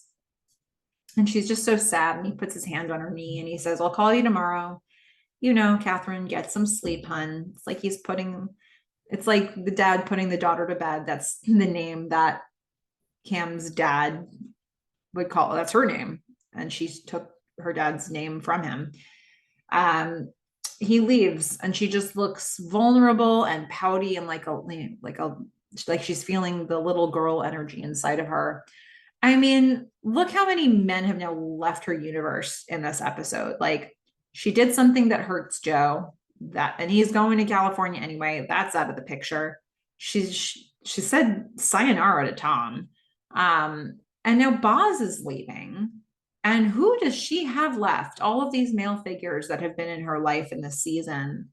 Um, it's a real, she's alone again, practically. She's not, she's got a whole team. The choices she made just saved her entire company. But these important male figures for her are not a thing anymore.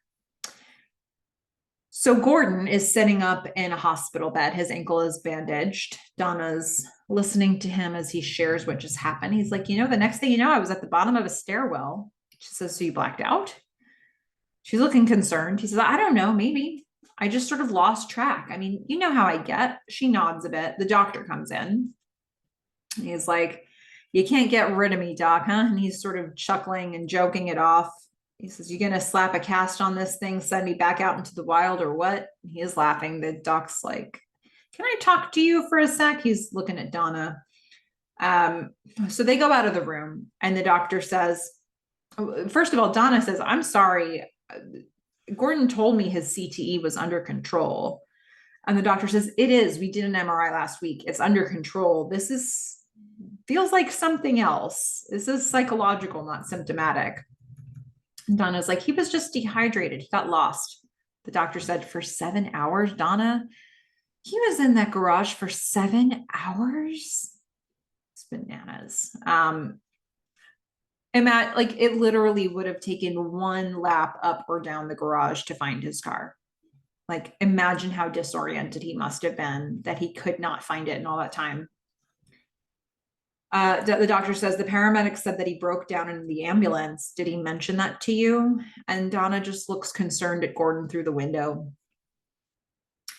The doctor says a serious diagnosis can sometimes bring out underlying problems. Has Gordon ever experienced manic behavior or paranoia in the past? And she sighs. I mean, she might have heard a couple weird stories about Gordon recently. And so she's going to re-enter the room with Gordon. And she smiles, and Gordon just kind of gives her one of those like pursing the corners of his mouth looks. He's like, that bad, huh? And Donna says, okay, you're not coming home tonight. But Dr. Semmel thinks I am going to have to agree with him on this. This goes beyond the thing that we talked about with your diagnosis. He's like, he thinks, and Gordon says, I know, I need help. Oh, my goodness. Finally, I mean, even the first time when he told Donna about his diagnosis, he was very like, no. See, I've thought all this through. I've got it under control. Like I'm going to work from home here. My office is really close. I'm working with my friends. Like everything's fine. And in this moment, he's just like, yeah, it's not fine. I don't have it under control. So it's, he does need to lean on Donna here, and he's being forthright about that in this moment. And now we're going to see things devolve with Joe and Sarah. They're in their apartment. Joe's like, I was set up. She sabotaged me. Sarah's been crying. You can see there's like mascara is just all over her face right now. And she's like, Christ, can you even hear your own rationalizations anymore?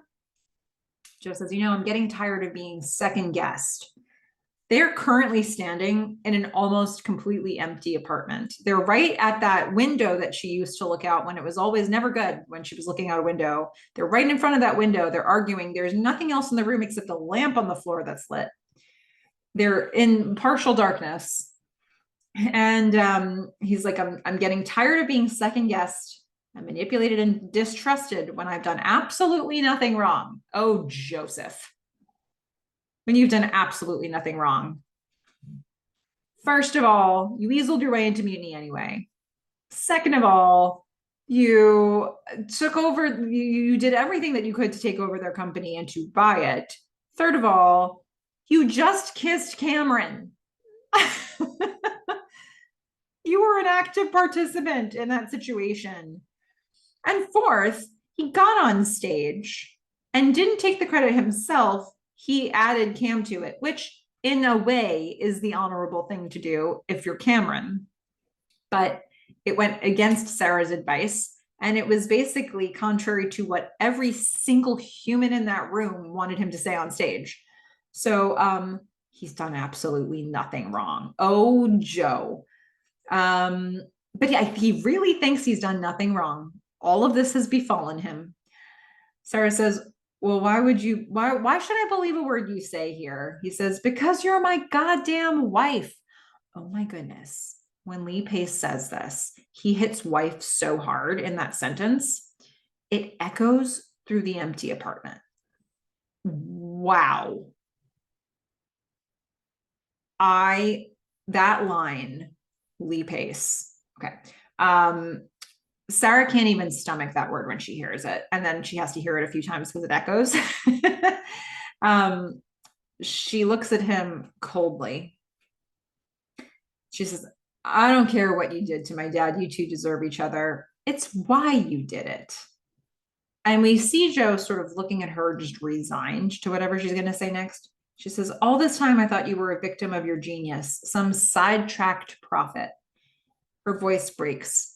And she says, and that I was your second chance. But you're not, are you, Joe? You're an accident. You're something that happens to people who deserve better.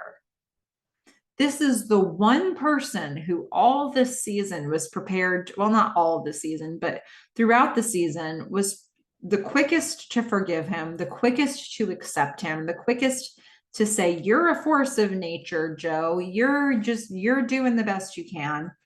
And now she's like, I've revised my position. I think exactly the same thing about you that everybody else thinks. My bad. It's such a blow. It's like, oh, if she doesn't think I'm redeemable, am I? You're an accident, she says. And,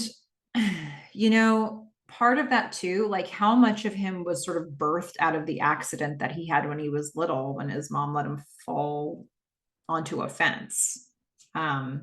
You're something that happens to people who deserve better. Like other people are victimized by you. Ouch. Joe is breathless. He's like, I'm not an accident. I deserve better. I deserve you. Not according to Sarah.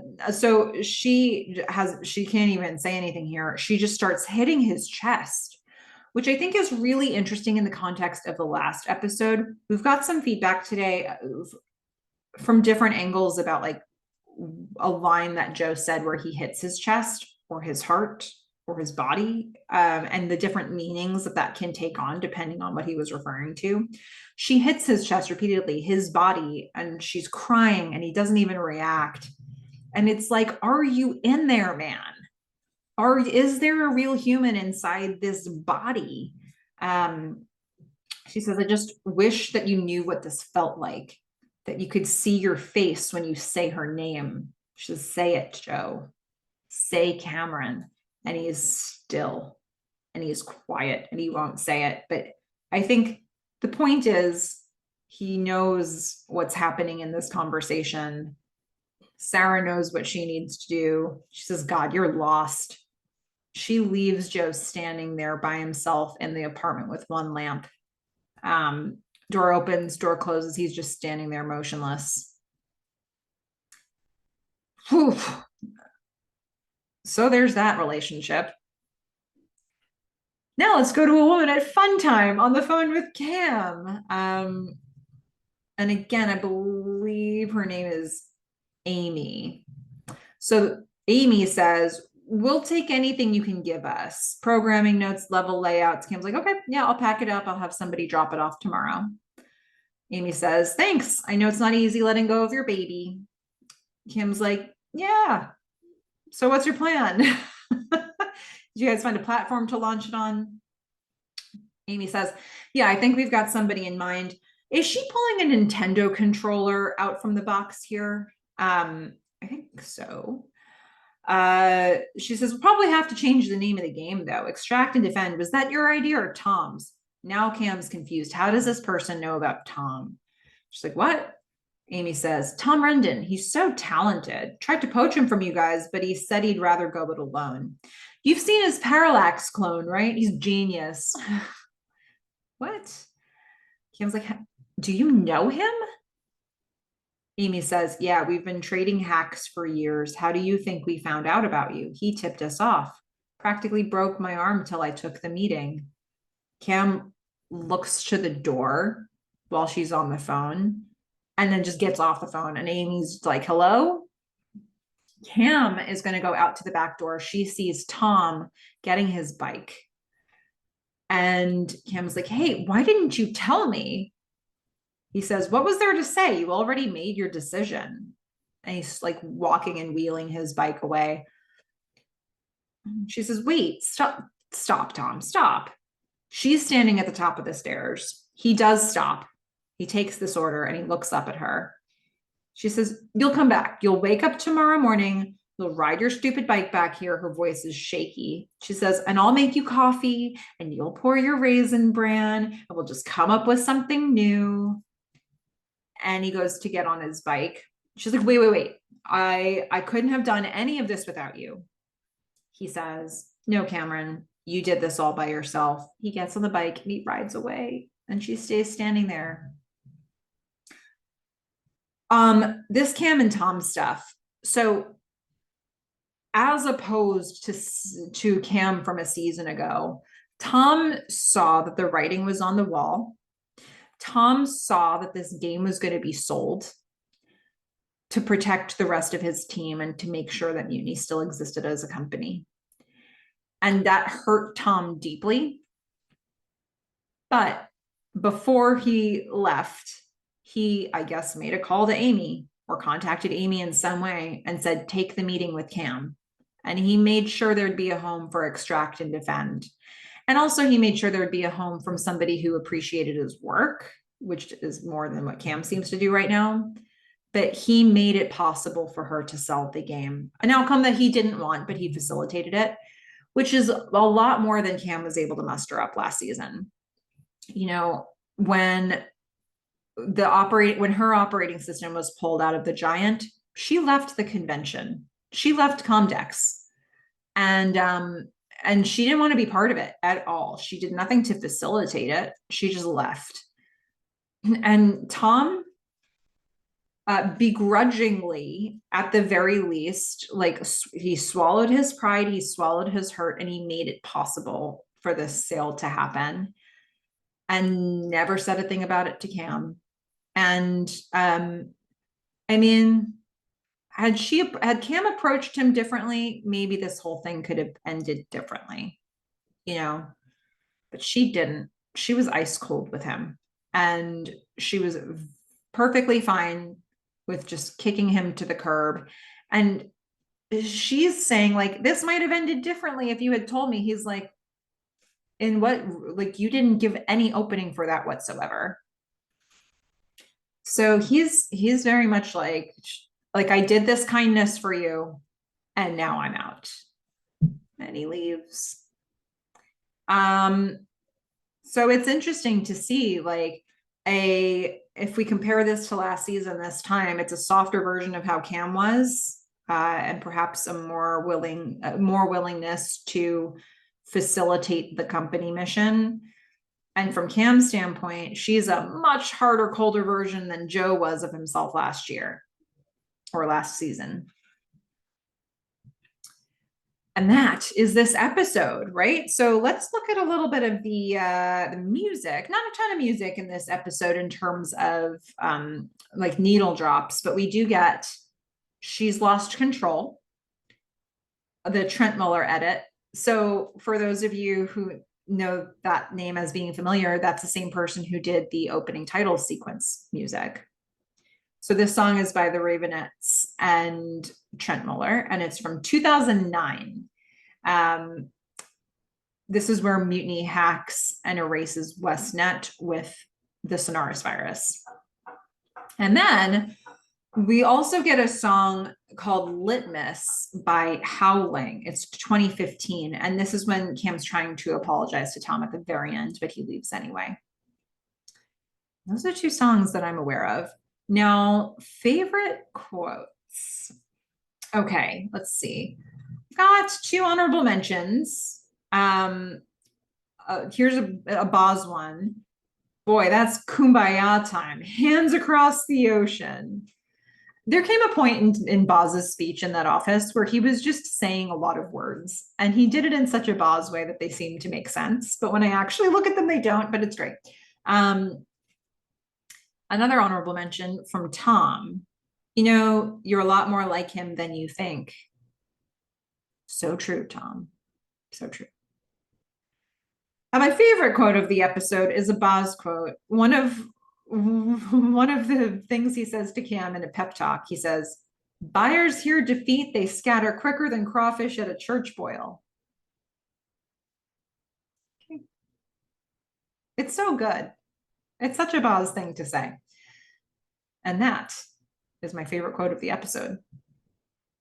Let's get into some feedback, shall we? First, I don't normally bring in feedback from the interviews unless they're like exactly pertinent to the episode we're on. But I'm so delighted by Rachel Gillickat's interview, and a new commenter, Erin Foster, a relatively new commenter, shared, "What a wonderfully insightful interview. Thank you both.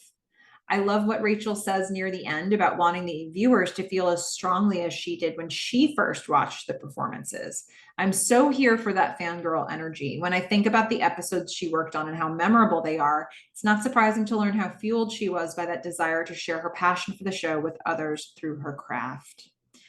Thank you, Erin, for jumping in. And one of the reasons I wanted to highlight this was that I think you really do feel that passion and energy from Rachel and how she breaks down and talks about the episodes that she edited. She shared a lot of good information about the thought process that went into all of the things that, or as many things as we could talk about, that she worked on. And I think why I wanted to highlight this one is that one thing that I hope is coming across to everyone in all of these interviews is how much people are passionate about and loved working on this show. They're telling us stories, they're giving us details, they remember a lot more than sometimes they even think they're going to remember. And they're all giving us a little window into it. And for me, every step along the way, the passion is shining through. And the connections they still have to each other are shining through. The number of people who are about to see somebody else from this cast or crew next week, or they've got a picture of those people on their fridge, or they get off the call with me and they make introductions to a few more people that they know really well or that they're still working with. It just goes to show you how, if you're a fan of this show, it's okay to be a fan of this show. Like some shows, there's like a weird toxicity behind them and it becomes strange if you're a fan. It's not what I'm encountering here. So thank you to Erin for spotting all of that and highlighting that about Rachel's interview. Now, if we go back to some feedback about previous episodes that felt relevant for me to bring in some way to talk about this episode. Welcome back, Frackin' Toaster Lover. Woo! Okay. Frackin' Toaster Lover wanted to talk about 109 Apelia. Well, actually, two different episodes. We're going to start with that one. My favorite episode of season 109. And one of my favorites of the show. The computer metaphors in season 1 are pretty blatant, but I love them anyway. The issue of the computer having a soul from 106, Cameron's operating system as its soul, and then in 110, the giant is paralleled with Joe himself. More on that in the next episode. And I just love Hunt's line that Joe's mistake was falling in love with the interface that clogs the memory. I see what you did there, writers. Rejecting the operating system, losing Cameron, going for the practical concerns over the vision. This decision guts Joe. And by the last scene, he feels deep regret. The speech where he says the computer is not your friend, it's your employee, feels like he is also throwing away the human connection he has made and the love he had with Cameron. She was just an employee, wasn't she? I've already mentioned that I see Hunt and Brian here as foils and shadow characters for Joe and Gordon, their worst traits embodied. So it's fitting that they are ultimately the main antagonists of season 1. But Joe is different from Hunt, not morally perhaps, but in terms of motivations and desires. Hunt just wants to be good enough and make money. Joe wants success too, but he also wants to help make something special and amazing. He has a vision, but what Hunt and Brian did sadly puts him in a situation where he thinks he has to be really just like Hunt, giving up the dreams and the vision and just going for the practical in order to win. but he will regret that very quickly. And then adding to that about the next episode, Frack and Toaster Lava says, Giant in this episode obviously paralleled with Joe, which in retrospect has been the case this entire season, with comments such as those about the computer needing a soul in 106. Joe has been trying to find himself apart from his father, and he needed people, Gordon and Cameron above all, to help him build himself. Removing the operating system was not just that, it was metaphorically giving up on his soul, on creativity, on his relationship with Cameron, for all practical reasons, to sell the computer to survive on the market. And then he realized it wasn't worth it, especially after seeing the Macintosh. This is what he has been striving for. Just selling a moderately successful computer makes him not much different from his father or from Hunt Whitmarsh. You'll never create anything, and neither will you. So when Gordon says that the giant is a reflection of who Joe is, of his leadership, that's the moment when you know Joe has to burn the giant, symbolically destroying his old self to be reborn into something new, even if he is not sure what. So I love that Frack and Toaster Lava put a finer point on the computers, the metaphors to the characters themselves, this whole theory of how all of this tracks with Joe in season one. One of the journeys of Joe in season one, and he's very much like a machine, a robot in the show. We saw all these moments where Joe wakes up and he's looking up directly at the camera, and we're seeing him have the same bunch of suit, like he pick one of the same 10, 15 suits in his closet, and he is a robot and he needs a soul. And the whole thing about the machinery they're building is Cam trying to put a soul into the machine and falling in love with that piece, and then him rejecting it because he has to. It's so beautifully expressed. And I think, how does that extend here in season two? Does that parallel with the fact that Cam is following a Joe journey from season one here in season two? Cam in this episode, that sequence, that montage to She's Lost Control, where we see her lying on the blanket on the grass and looking up. It's the same type of camera angle that we would see for Joe waking up in season one. But this is Cam looking at the camera in season two. And so is she the robot now? She, when he when he had to get rid of the operating system last season, seemed to feel remorse about it and really sad and didn't want to lose Cam. And we got the smudge of the ketchup, and it sort of made him short circuit a little bit. Cam doesn't even really have that. Cam just sort of lets everything go in this episode. And it's like she's taken whatever she learned from Joe and she's sort of escalated it. And, is that something that we're going to see reflected in this season? I'm really curious if Frack and Toaster Lava's thesis, can we keep developing that in season two? Does Joe have a relationship with the mainframe that's similar to what he had with the giant? Does that track at all? Gordon helped him build what he needed to in the mainframe. Is Gordon helping to sort of make him into a person and reconnect him with Cameron or reconnect him with Mutiny? Is Cam becoming more machine-like? I wanted to pose that and say, I love this thesis. Let's expand on it. And all the commenters out there, I want you to run with this. Let's see if this holds up and going into season two, because it's a really fun thing to explore. All right. Guess who it is? Synthetic Gerbil.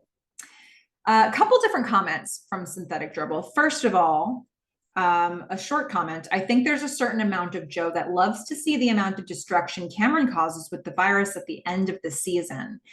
Joe is just amazed, and Sarah is just never going to destroy things the way Joe and Cameron do.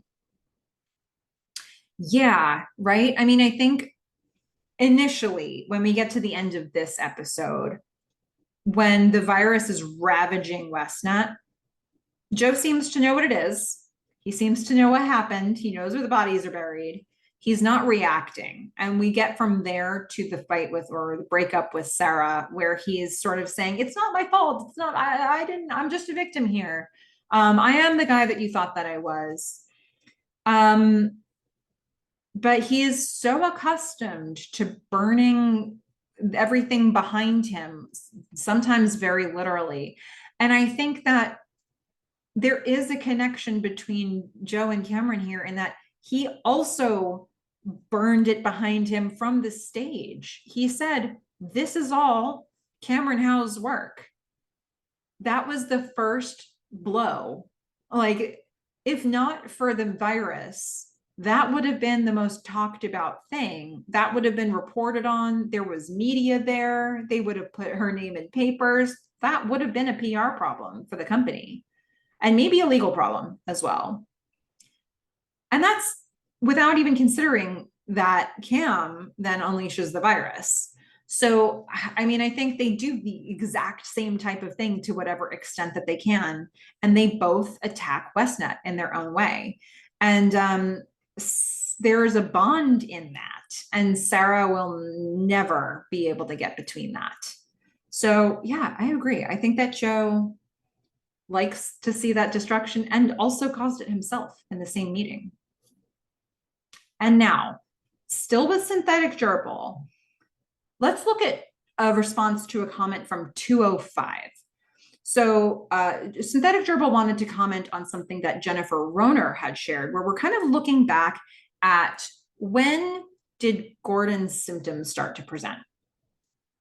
Synthetic gerbil says, Jennifer, good point on Gordon's tremor in season 1, episode 5. I remember it happening and I just figured he was flustered and shaky.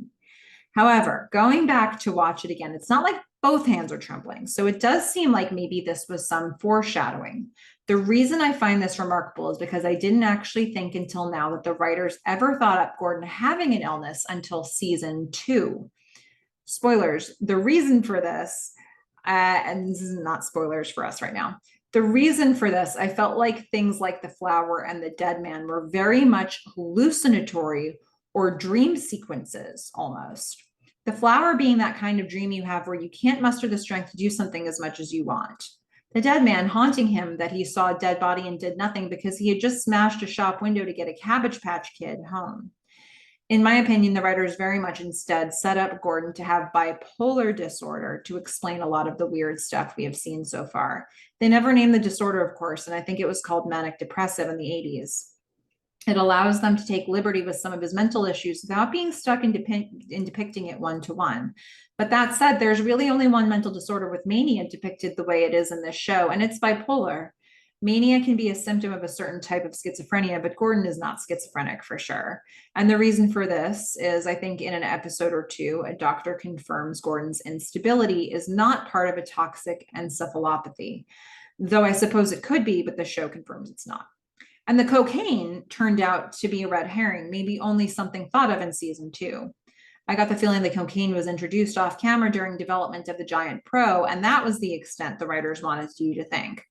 Based on the couple of sentences, I don't think they were trying to imply he was doing cocaine off camera during the events of season 1. Plus, as the doctor states, Gordon's history goes back before the toxic encephalopathy. You hear it in a lot of the backstories in season 1 that the characters tell. Him digging for the giant is about the most off-the-wall manic episode. And as you said, Melissa, it was scary too. Yeah.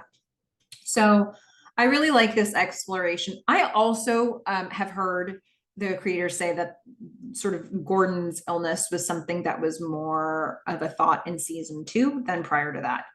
So the fact that we're finding these moments, these sort of symptoms, is stuff that I don't know if they were intentionally trying to plant it there for a specific outcome, but it works very well with the illness that's diagnosed this season. And then if you get all the way up to this episode, we're seeing a paranoia, we're seeing an emotional response that might be more than an emotional response. And the doctor is hinting at that with Donna, but not saying it outright. but is using a word like manic to describe some of these things that Gordon is doing. And, if we look back at some of the things we've seen from Gordon, that kind of resonates. So, previously, I believe Evan the Stray had found even a reference in the pilot episode that felt like it could be setting up to all of this. But Jennifer Roner found that scene in 105 with the shaky hand. And, there's so many things planted here that feel like they must have been intentional in setting up for something. Whether or not they were, they still behave that way when we watch this show back and when we deep dive into it. I'm loving all of this. So now, thank you for that synthetic gerbil. That was lovely. And now, from Amelia Flowers, who wants to comment on a couple of different episodes here. So first of all, on 206, I wanted to bring back this short comment just to add a couple elements to it from, now where we are in these episodes. Amelia says, goodness, I love that you linked 104 and the reporter incident to what happened in 206. We see how excited Cam is in doing the wrong thing in a rebel way. What would have happened if they'd worked together? Exactly your point in this episode. If Joe had told Mutiny the truth, this show and the missed opportunities. So, and meaning the missed opportunities for the characters. So Amelia is really highlighting when you look at 104, which is where Joe comes up with that whole scheme to get the reporter to write about Cardiff Electric. And then you compare that up against 206 with, 10 Broad 36, where the whole mutiny team is trying to get one over on Joe. And they're both kind of heist episodes. One is a little bit more overtly so, and the first one is a little less overtly so, but still plays out kind of that way. And here, now we've got Cam, she's got a much higher stakes situation playing out as she unleashes this virus. And it's like there's been some sort of a cycle and it's becoming complete here. So I wanted to bring that comment back in here just to reflect on how we're seeing the agency of these characters, and Cam is sort of escalating her level of manipulation to match a Joe level. Or at least a season 1 Joe level. Amelia also wanted to share some thoughts from 208, the last episode. She shares the comparison at the party of an in-relationship Tom to season 1 Cam and Cam to season 1 Joe. That was a really great catch. He was her boss and she is Tom's boss. Then the not being honest similarity, I don't want to say authentic because I think that Cam is being authentic to herself, but she just can't say I love you to Tom. I think she's never said it to anyone before and it's scary for her. She loved her father, he died. We imagine she loved her mother. It seemed like she wasn't there for Cam. She loved Joe and he betrayed her. She may love Tom, but she isn't ready to say it yet. She is in self-protection mode. She assumed Tom was going to leave her, and that for me is telling. There's just so much in this episode. As for the two bad sides of Joe, Jacob and Jesse, and bear with me here, does that mean he's like a butterfly coming out of a chrysalis or shedding his skin? This is new Joe, not like new Coke, I hope. At the club, Joe says, I feel like there's a lot of goodness in me, but I can't get it out of me. I can't give it to the world.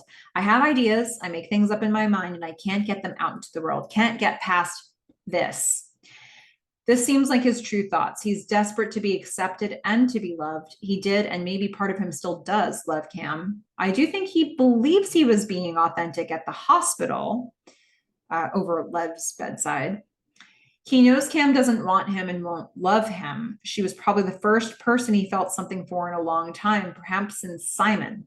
Joe's line, this is really good, from 106, is about her OS and about them. This show loves its lines with double meanings. Joe accepts that Sarah is now his future, and she's doing a lot for him to bolster him. The same can't be said for Sarah with Joe, a parade of red flags, but he is going to California with her to start anew.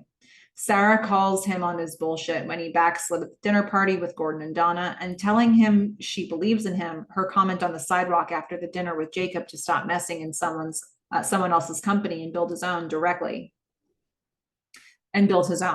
directly before he tells Cam and extracts himself.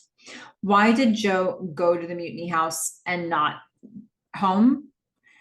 Approval. He wants these people, especially Cam, to see he's good. At that time, he absolutely believes he is. He can rationalize that he warned Cam about Jacob and then she was safe.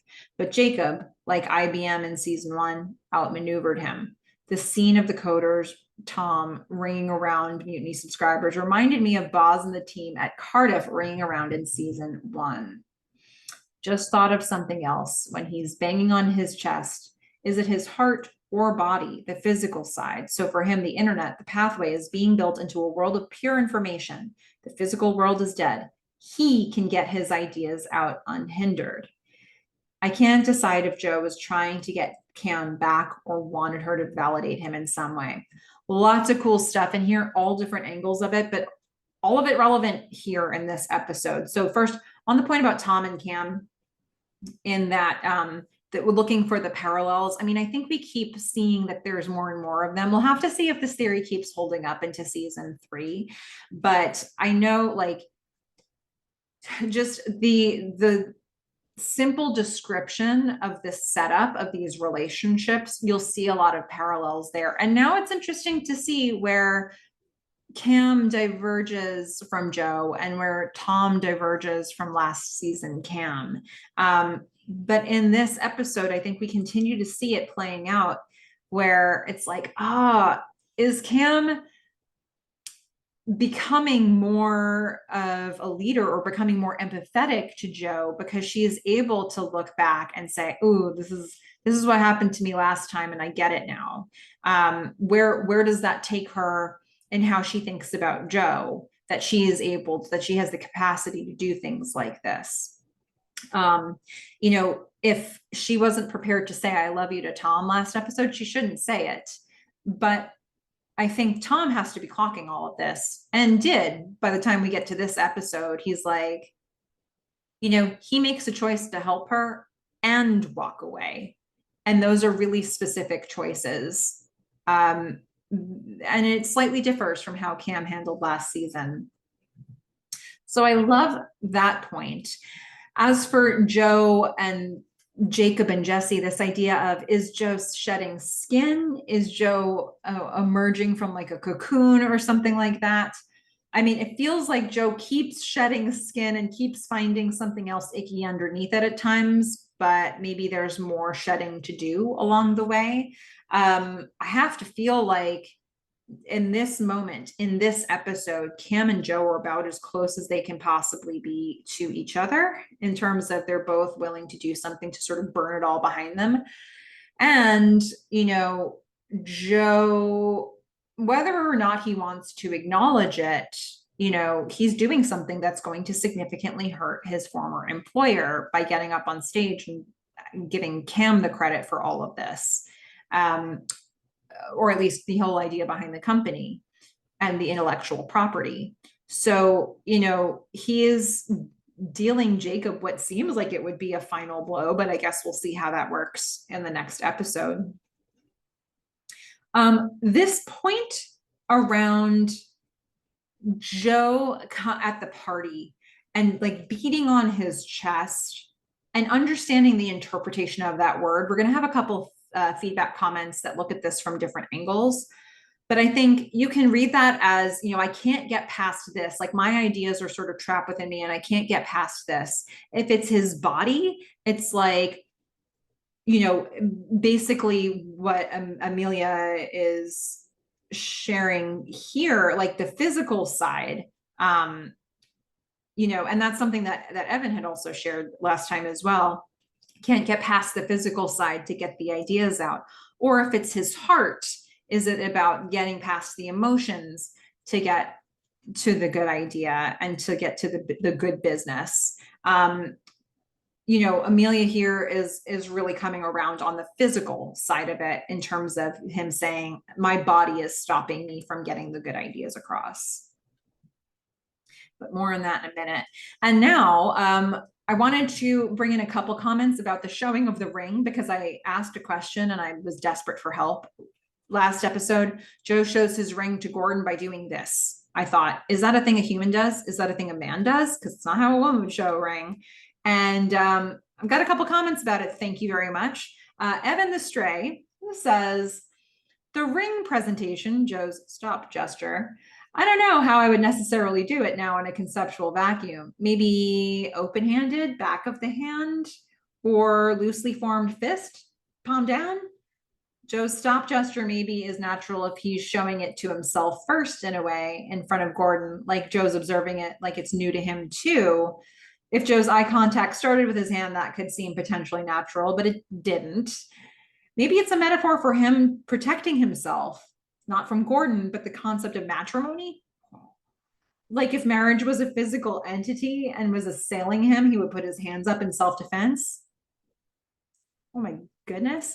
Amelia also wanted to share some thoughts on this about Joe showing the ring. You're right, it is odd. I didn't notice it as I was looking at Gordon's reaction. I've only seen one guy do that, and he had his hand up and the back of his hand facing the person, so opposite to Joe's. I wonder if it was a camera or lighting issue. Maybe the bends in fingers makes it less clear. I'm reaching now. The hand is facing us, so he's showing us.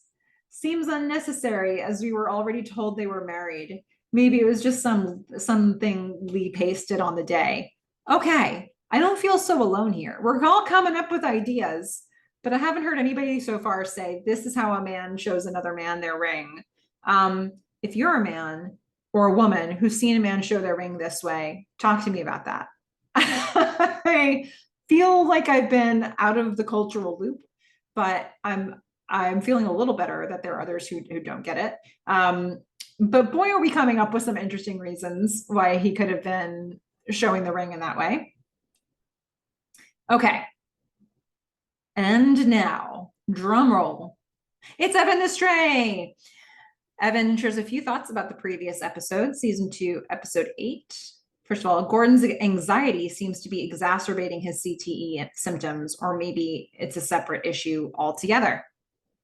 Yeah, I think it could be a little bit of column A, a little bit of column B here from what we're finding. Nothing else has been diagnosed for Gordon. But the paranoia that he's experiencing, I don't know if getting a diagnosis as serious as what he's gotten, I don't know what that does in your brain. Like I think that could make you come pretty unhinged in all different kinds of ways. So I don't necessarily chalk this up to a mental illness, but it could be. And it's certainly escalated here in this episode. Also from last episode, the girl walking away as the limousine arrives could mean there go the users. So good.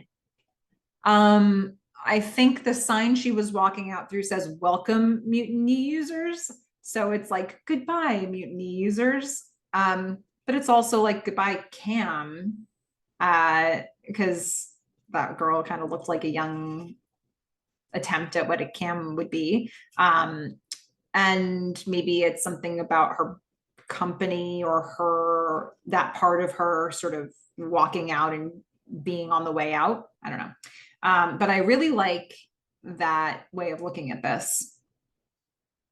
Evan also says, Frack and Toaster love this concept of the characters dealing with similar aspects or versions of themselves and growing through them is good, and reminds me of the concept that what we dislike about others is what we dislike about ourselves. Yeah, that idea of sort of the shadow characters who are the worst versions of the characters that we see, that are like our main characters. It's a really fun one to explore. And I do like this idea that like if something really bothers you about somebody, it's a thing that's part of you that you might be noticing. I think there are some flaws with that logic. I can think of examples of something that bothers me about others that I don't do.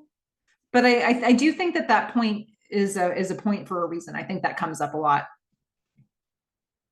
Okay. Your point about Joe motioning to his heart is so much better than my supposition of him meaning his body versus spirit.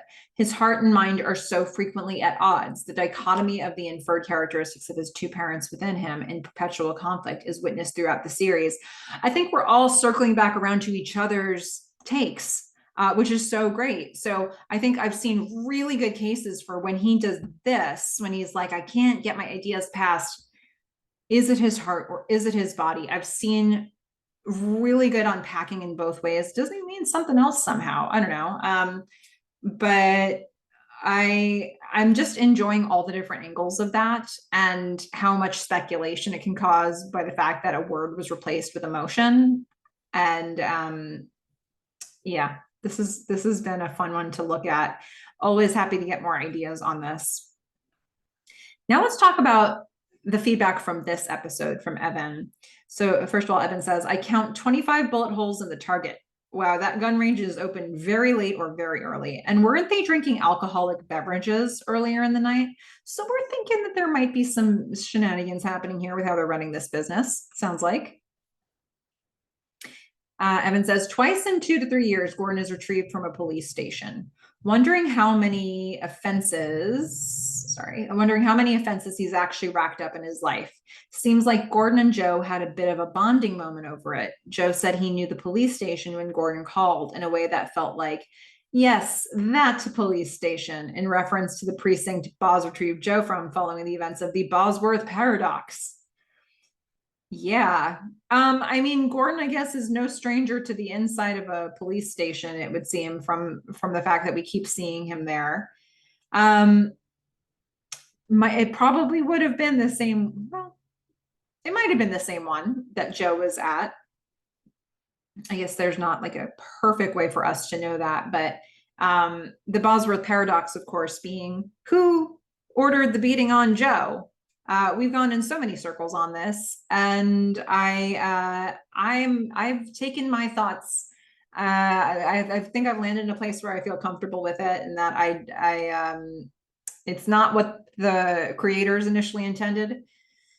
But yeah, maybe this is a familiar location to Joe in a painful way. Evan says, Tom's timing and pearl clutching approach with Cameron on selling their new game could use a little work, especially considering everything that's happened in recent hours.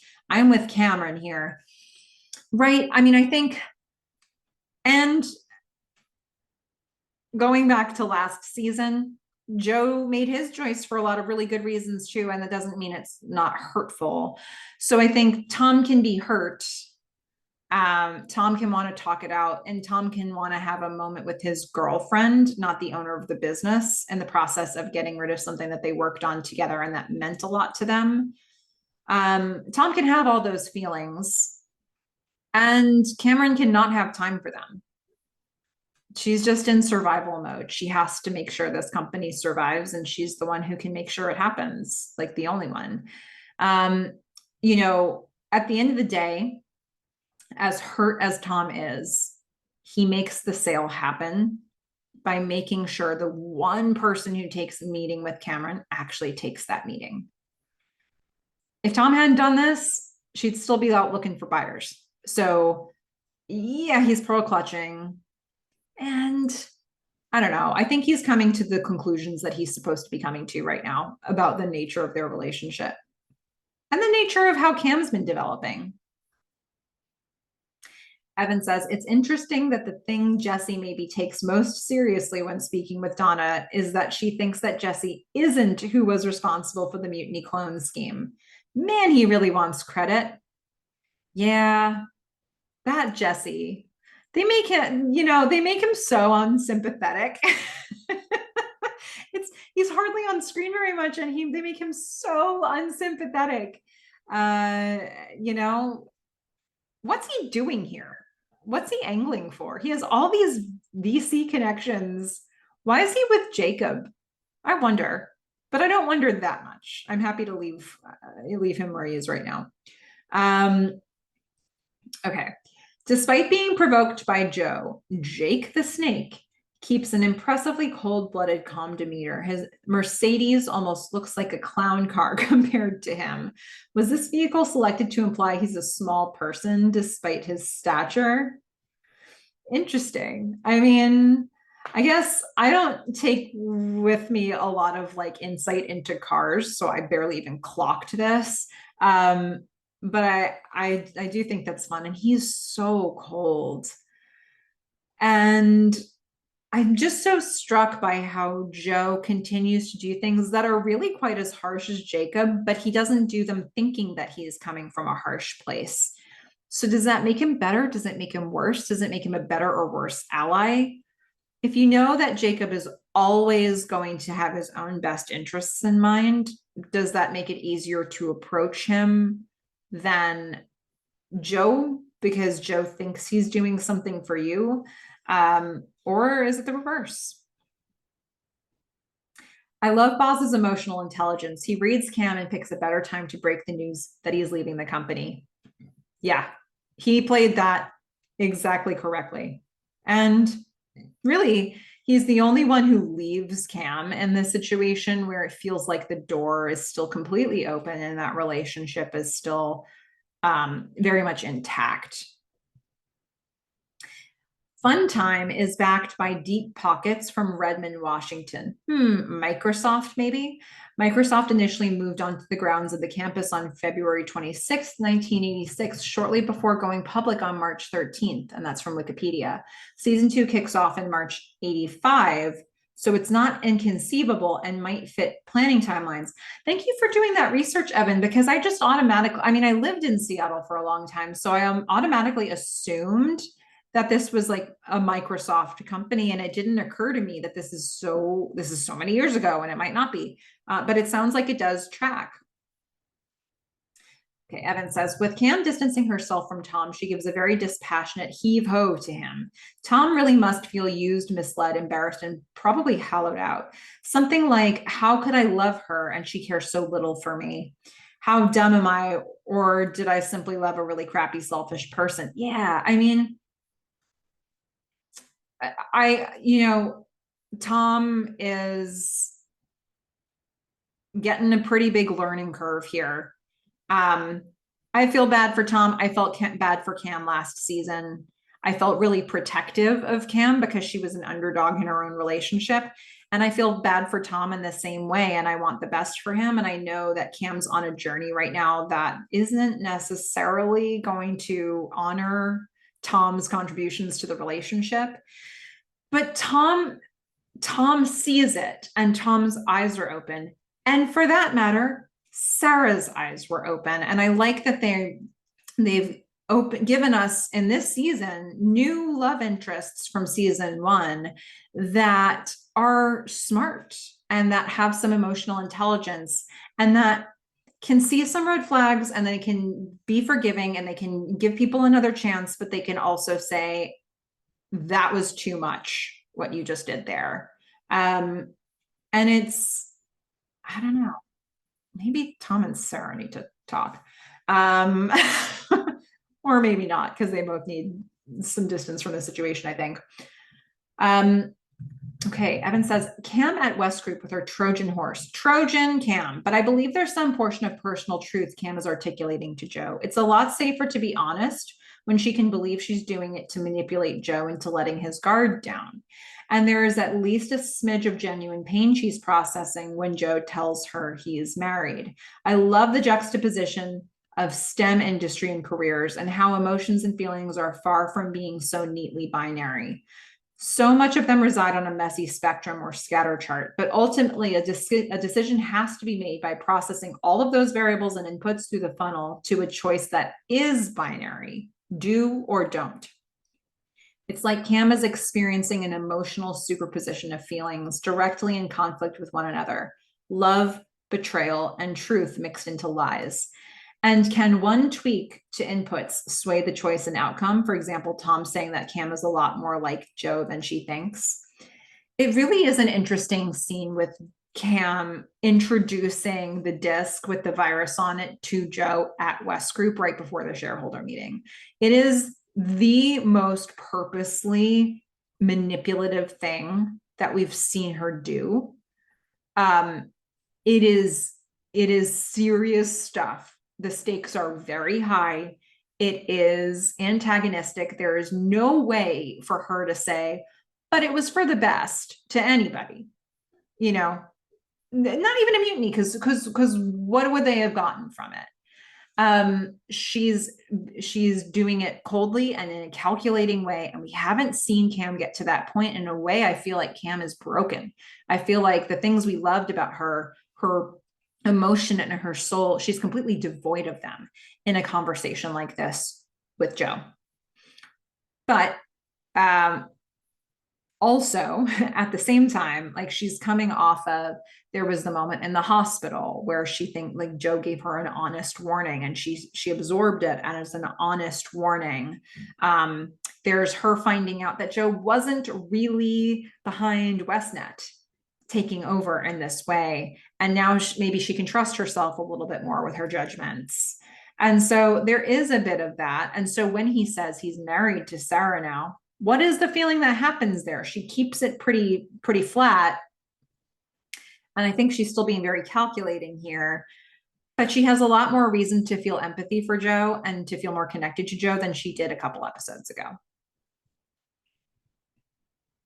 Evan says, could Joe's keynote speech, when he about faces and gives Cameron full credit for Westnet's website, mark the point when he truly changes to a focus on personal integrity? Or does he simply begin to stretch those metaphorical legs and try to walk on them? We'll have to see how this holds up. Yeah, I mean, who is all of this for exactly? You know, like, is he doing it to hurt Jacob, or to do something for Cam, or to do a little bit of both? He did just see Cam, and she did do him the kindness of sort of forgiving him and absolving him, which is not something that a lot of people are willing to do with Joe. Is he moving towards personal integrity, or is this same old Joe? Because if you ask Sarah right now, you're going to get the answer. That's the same old Joe. But I don't know. Are we seeing changes? Has he compared himself up against the rubric of like what Jacob's willing to do, and he's trying to find a way to be better than that as a comparison, or Jesse for that matter? Where does he really stack up here in terms of the moral compass of it all? Evan says, Gordon finally spots his Volkswagen Banagon 21L TNG license plate when he's on the stretcher. Could this symbolize he's unable to see what he really needs to do until it's too late? Yeah. I mean, he's just so lost. I think this is just like the feeling of being lost and the actual being lost is all wrapped up into one in this episode. What's the way forward for Gordon? How do you know that if you don't even know where you are? She's Lost Control, Trent Miller edit by Ravenets, is playing at the West Group Westnet conference. It's on the official Halt and Catch Fire soundtrack. We found another song on the soundtrack. Yay. And then Gordon's physician confirms his behavior isn't consistent with CTE and is instead psychological. He's describing bipolar disorder in his discussion with Donna. Okay, so it sounds like Evan the Stray and Synthetic Gerbil are landing about the same place in terms of what might be happening here with Gordon. And we're going to have to see how they would now handle that if we think there's something like that happening. No matter what, we need to address the emotional stuff that's happening with Gordon, because this is too hard to watch. It's so upsetting. Evan says, Sarah cannot abide Joe still loving Cameron. She won't be the second woman to Cam and the consolation prize to Joe. As she implies, she deserves better. Sarah verbally eviscerates Joe, much like Cameron did near the end of season 1. And physically, she hits Joe. And that scene, like, boy, the way he was mic'd up there, those hits sound hard. I don't know if they really were, but like, she's like, yeah, it's sort of like going back to that previous episode of like, this is stopping him. She's like, get this out of the way. How do I get through to the Joe inside the Joe? It's like she knows she won't. There's nothing she can do. She can't even shake it loose physically. One more thought. I'm wondering if the red light in front of the mutiny house that's reflecting off Tom when he's riding off on his bike represents Cameron's emotions of wanting him to stop, like brake lights or a stop sign. Really cool point. Or is it a signal to Tom to stop the relationship altogether? Like Cam's comes out of the house. She's like, we can make this work. we could eat breakfast together and you can eat your raisin bran and we could be a happy couple again. And he's like, no, just because I helped you doesn't mean I want a relationship. So maybe is it a stoplight for her or a stoplight for him? I think he's reading it as a stoplight for him for sure. And now Evan's top quotes, starting with the third runner-up. There's no upside to grudges, says Jacob. So true. Second runner-up from Joe. We're not friends. We're family. We'll see each other at a Christmas party every other year. We'll nod to each other across the room. And after about 45 minutes of fake chit-chat and eggnog, we'll all make an excuse. We have to be somewhere. I'm so sorry. And when my children ask me who that tall gray stranger in the window is, I'll remind them that's your grandpa. People just snipe at each other in this episode, man. Tom gives the first runner-up quote. No, Cameron, you did this all by yourself. Tom's like, I was ready to meet you halfway so many times, Cam. I was so prepared to like be there, even if you did hurtful things. And now, yeah, that was a good realization moment from Tom. But the winner for Evan is this quote from Sarah. You're an accident. You're something that happens to people who deserve better. Ouch. Oh, Sarah is done. Sarah is like, I see it now. I thought maybe this was something we could remedy. It is not, is what she's saying here. She's like, this is fundamental to you, you jerk. Yeah, wow. The vitriol, the things people say to each other in this episode, this is the payoff of where these relationships have been going this season so far. And that is episode 209. The feedback gets more and more amazing as we go. I love that you're all talking to each other. And, this has been such a blast. And next time we're going to look at the season finale. I cannot believe that. We'll be halfway through the series. And next time we'll talk about that one. So in the meantime, everybody, go out there and watch Halt and Catch Fire. Bye.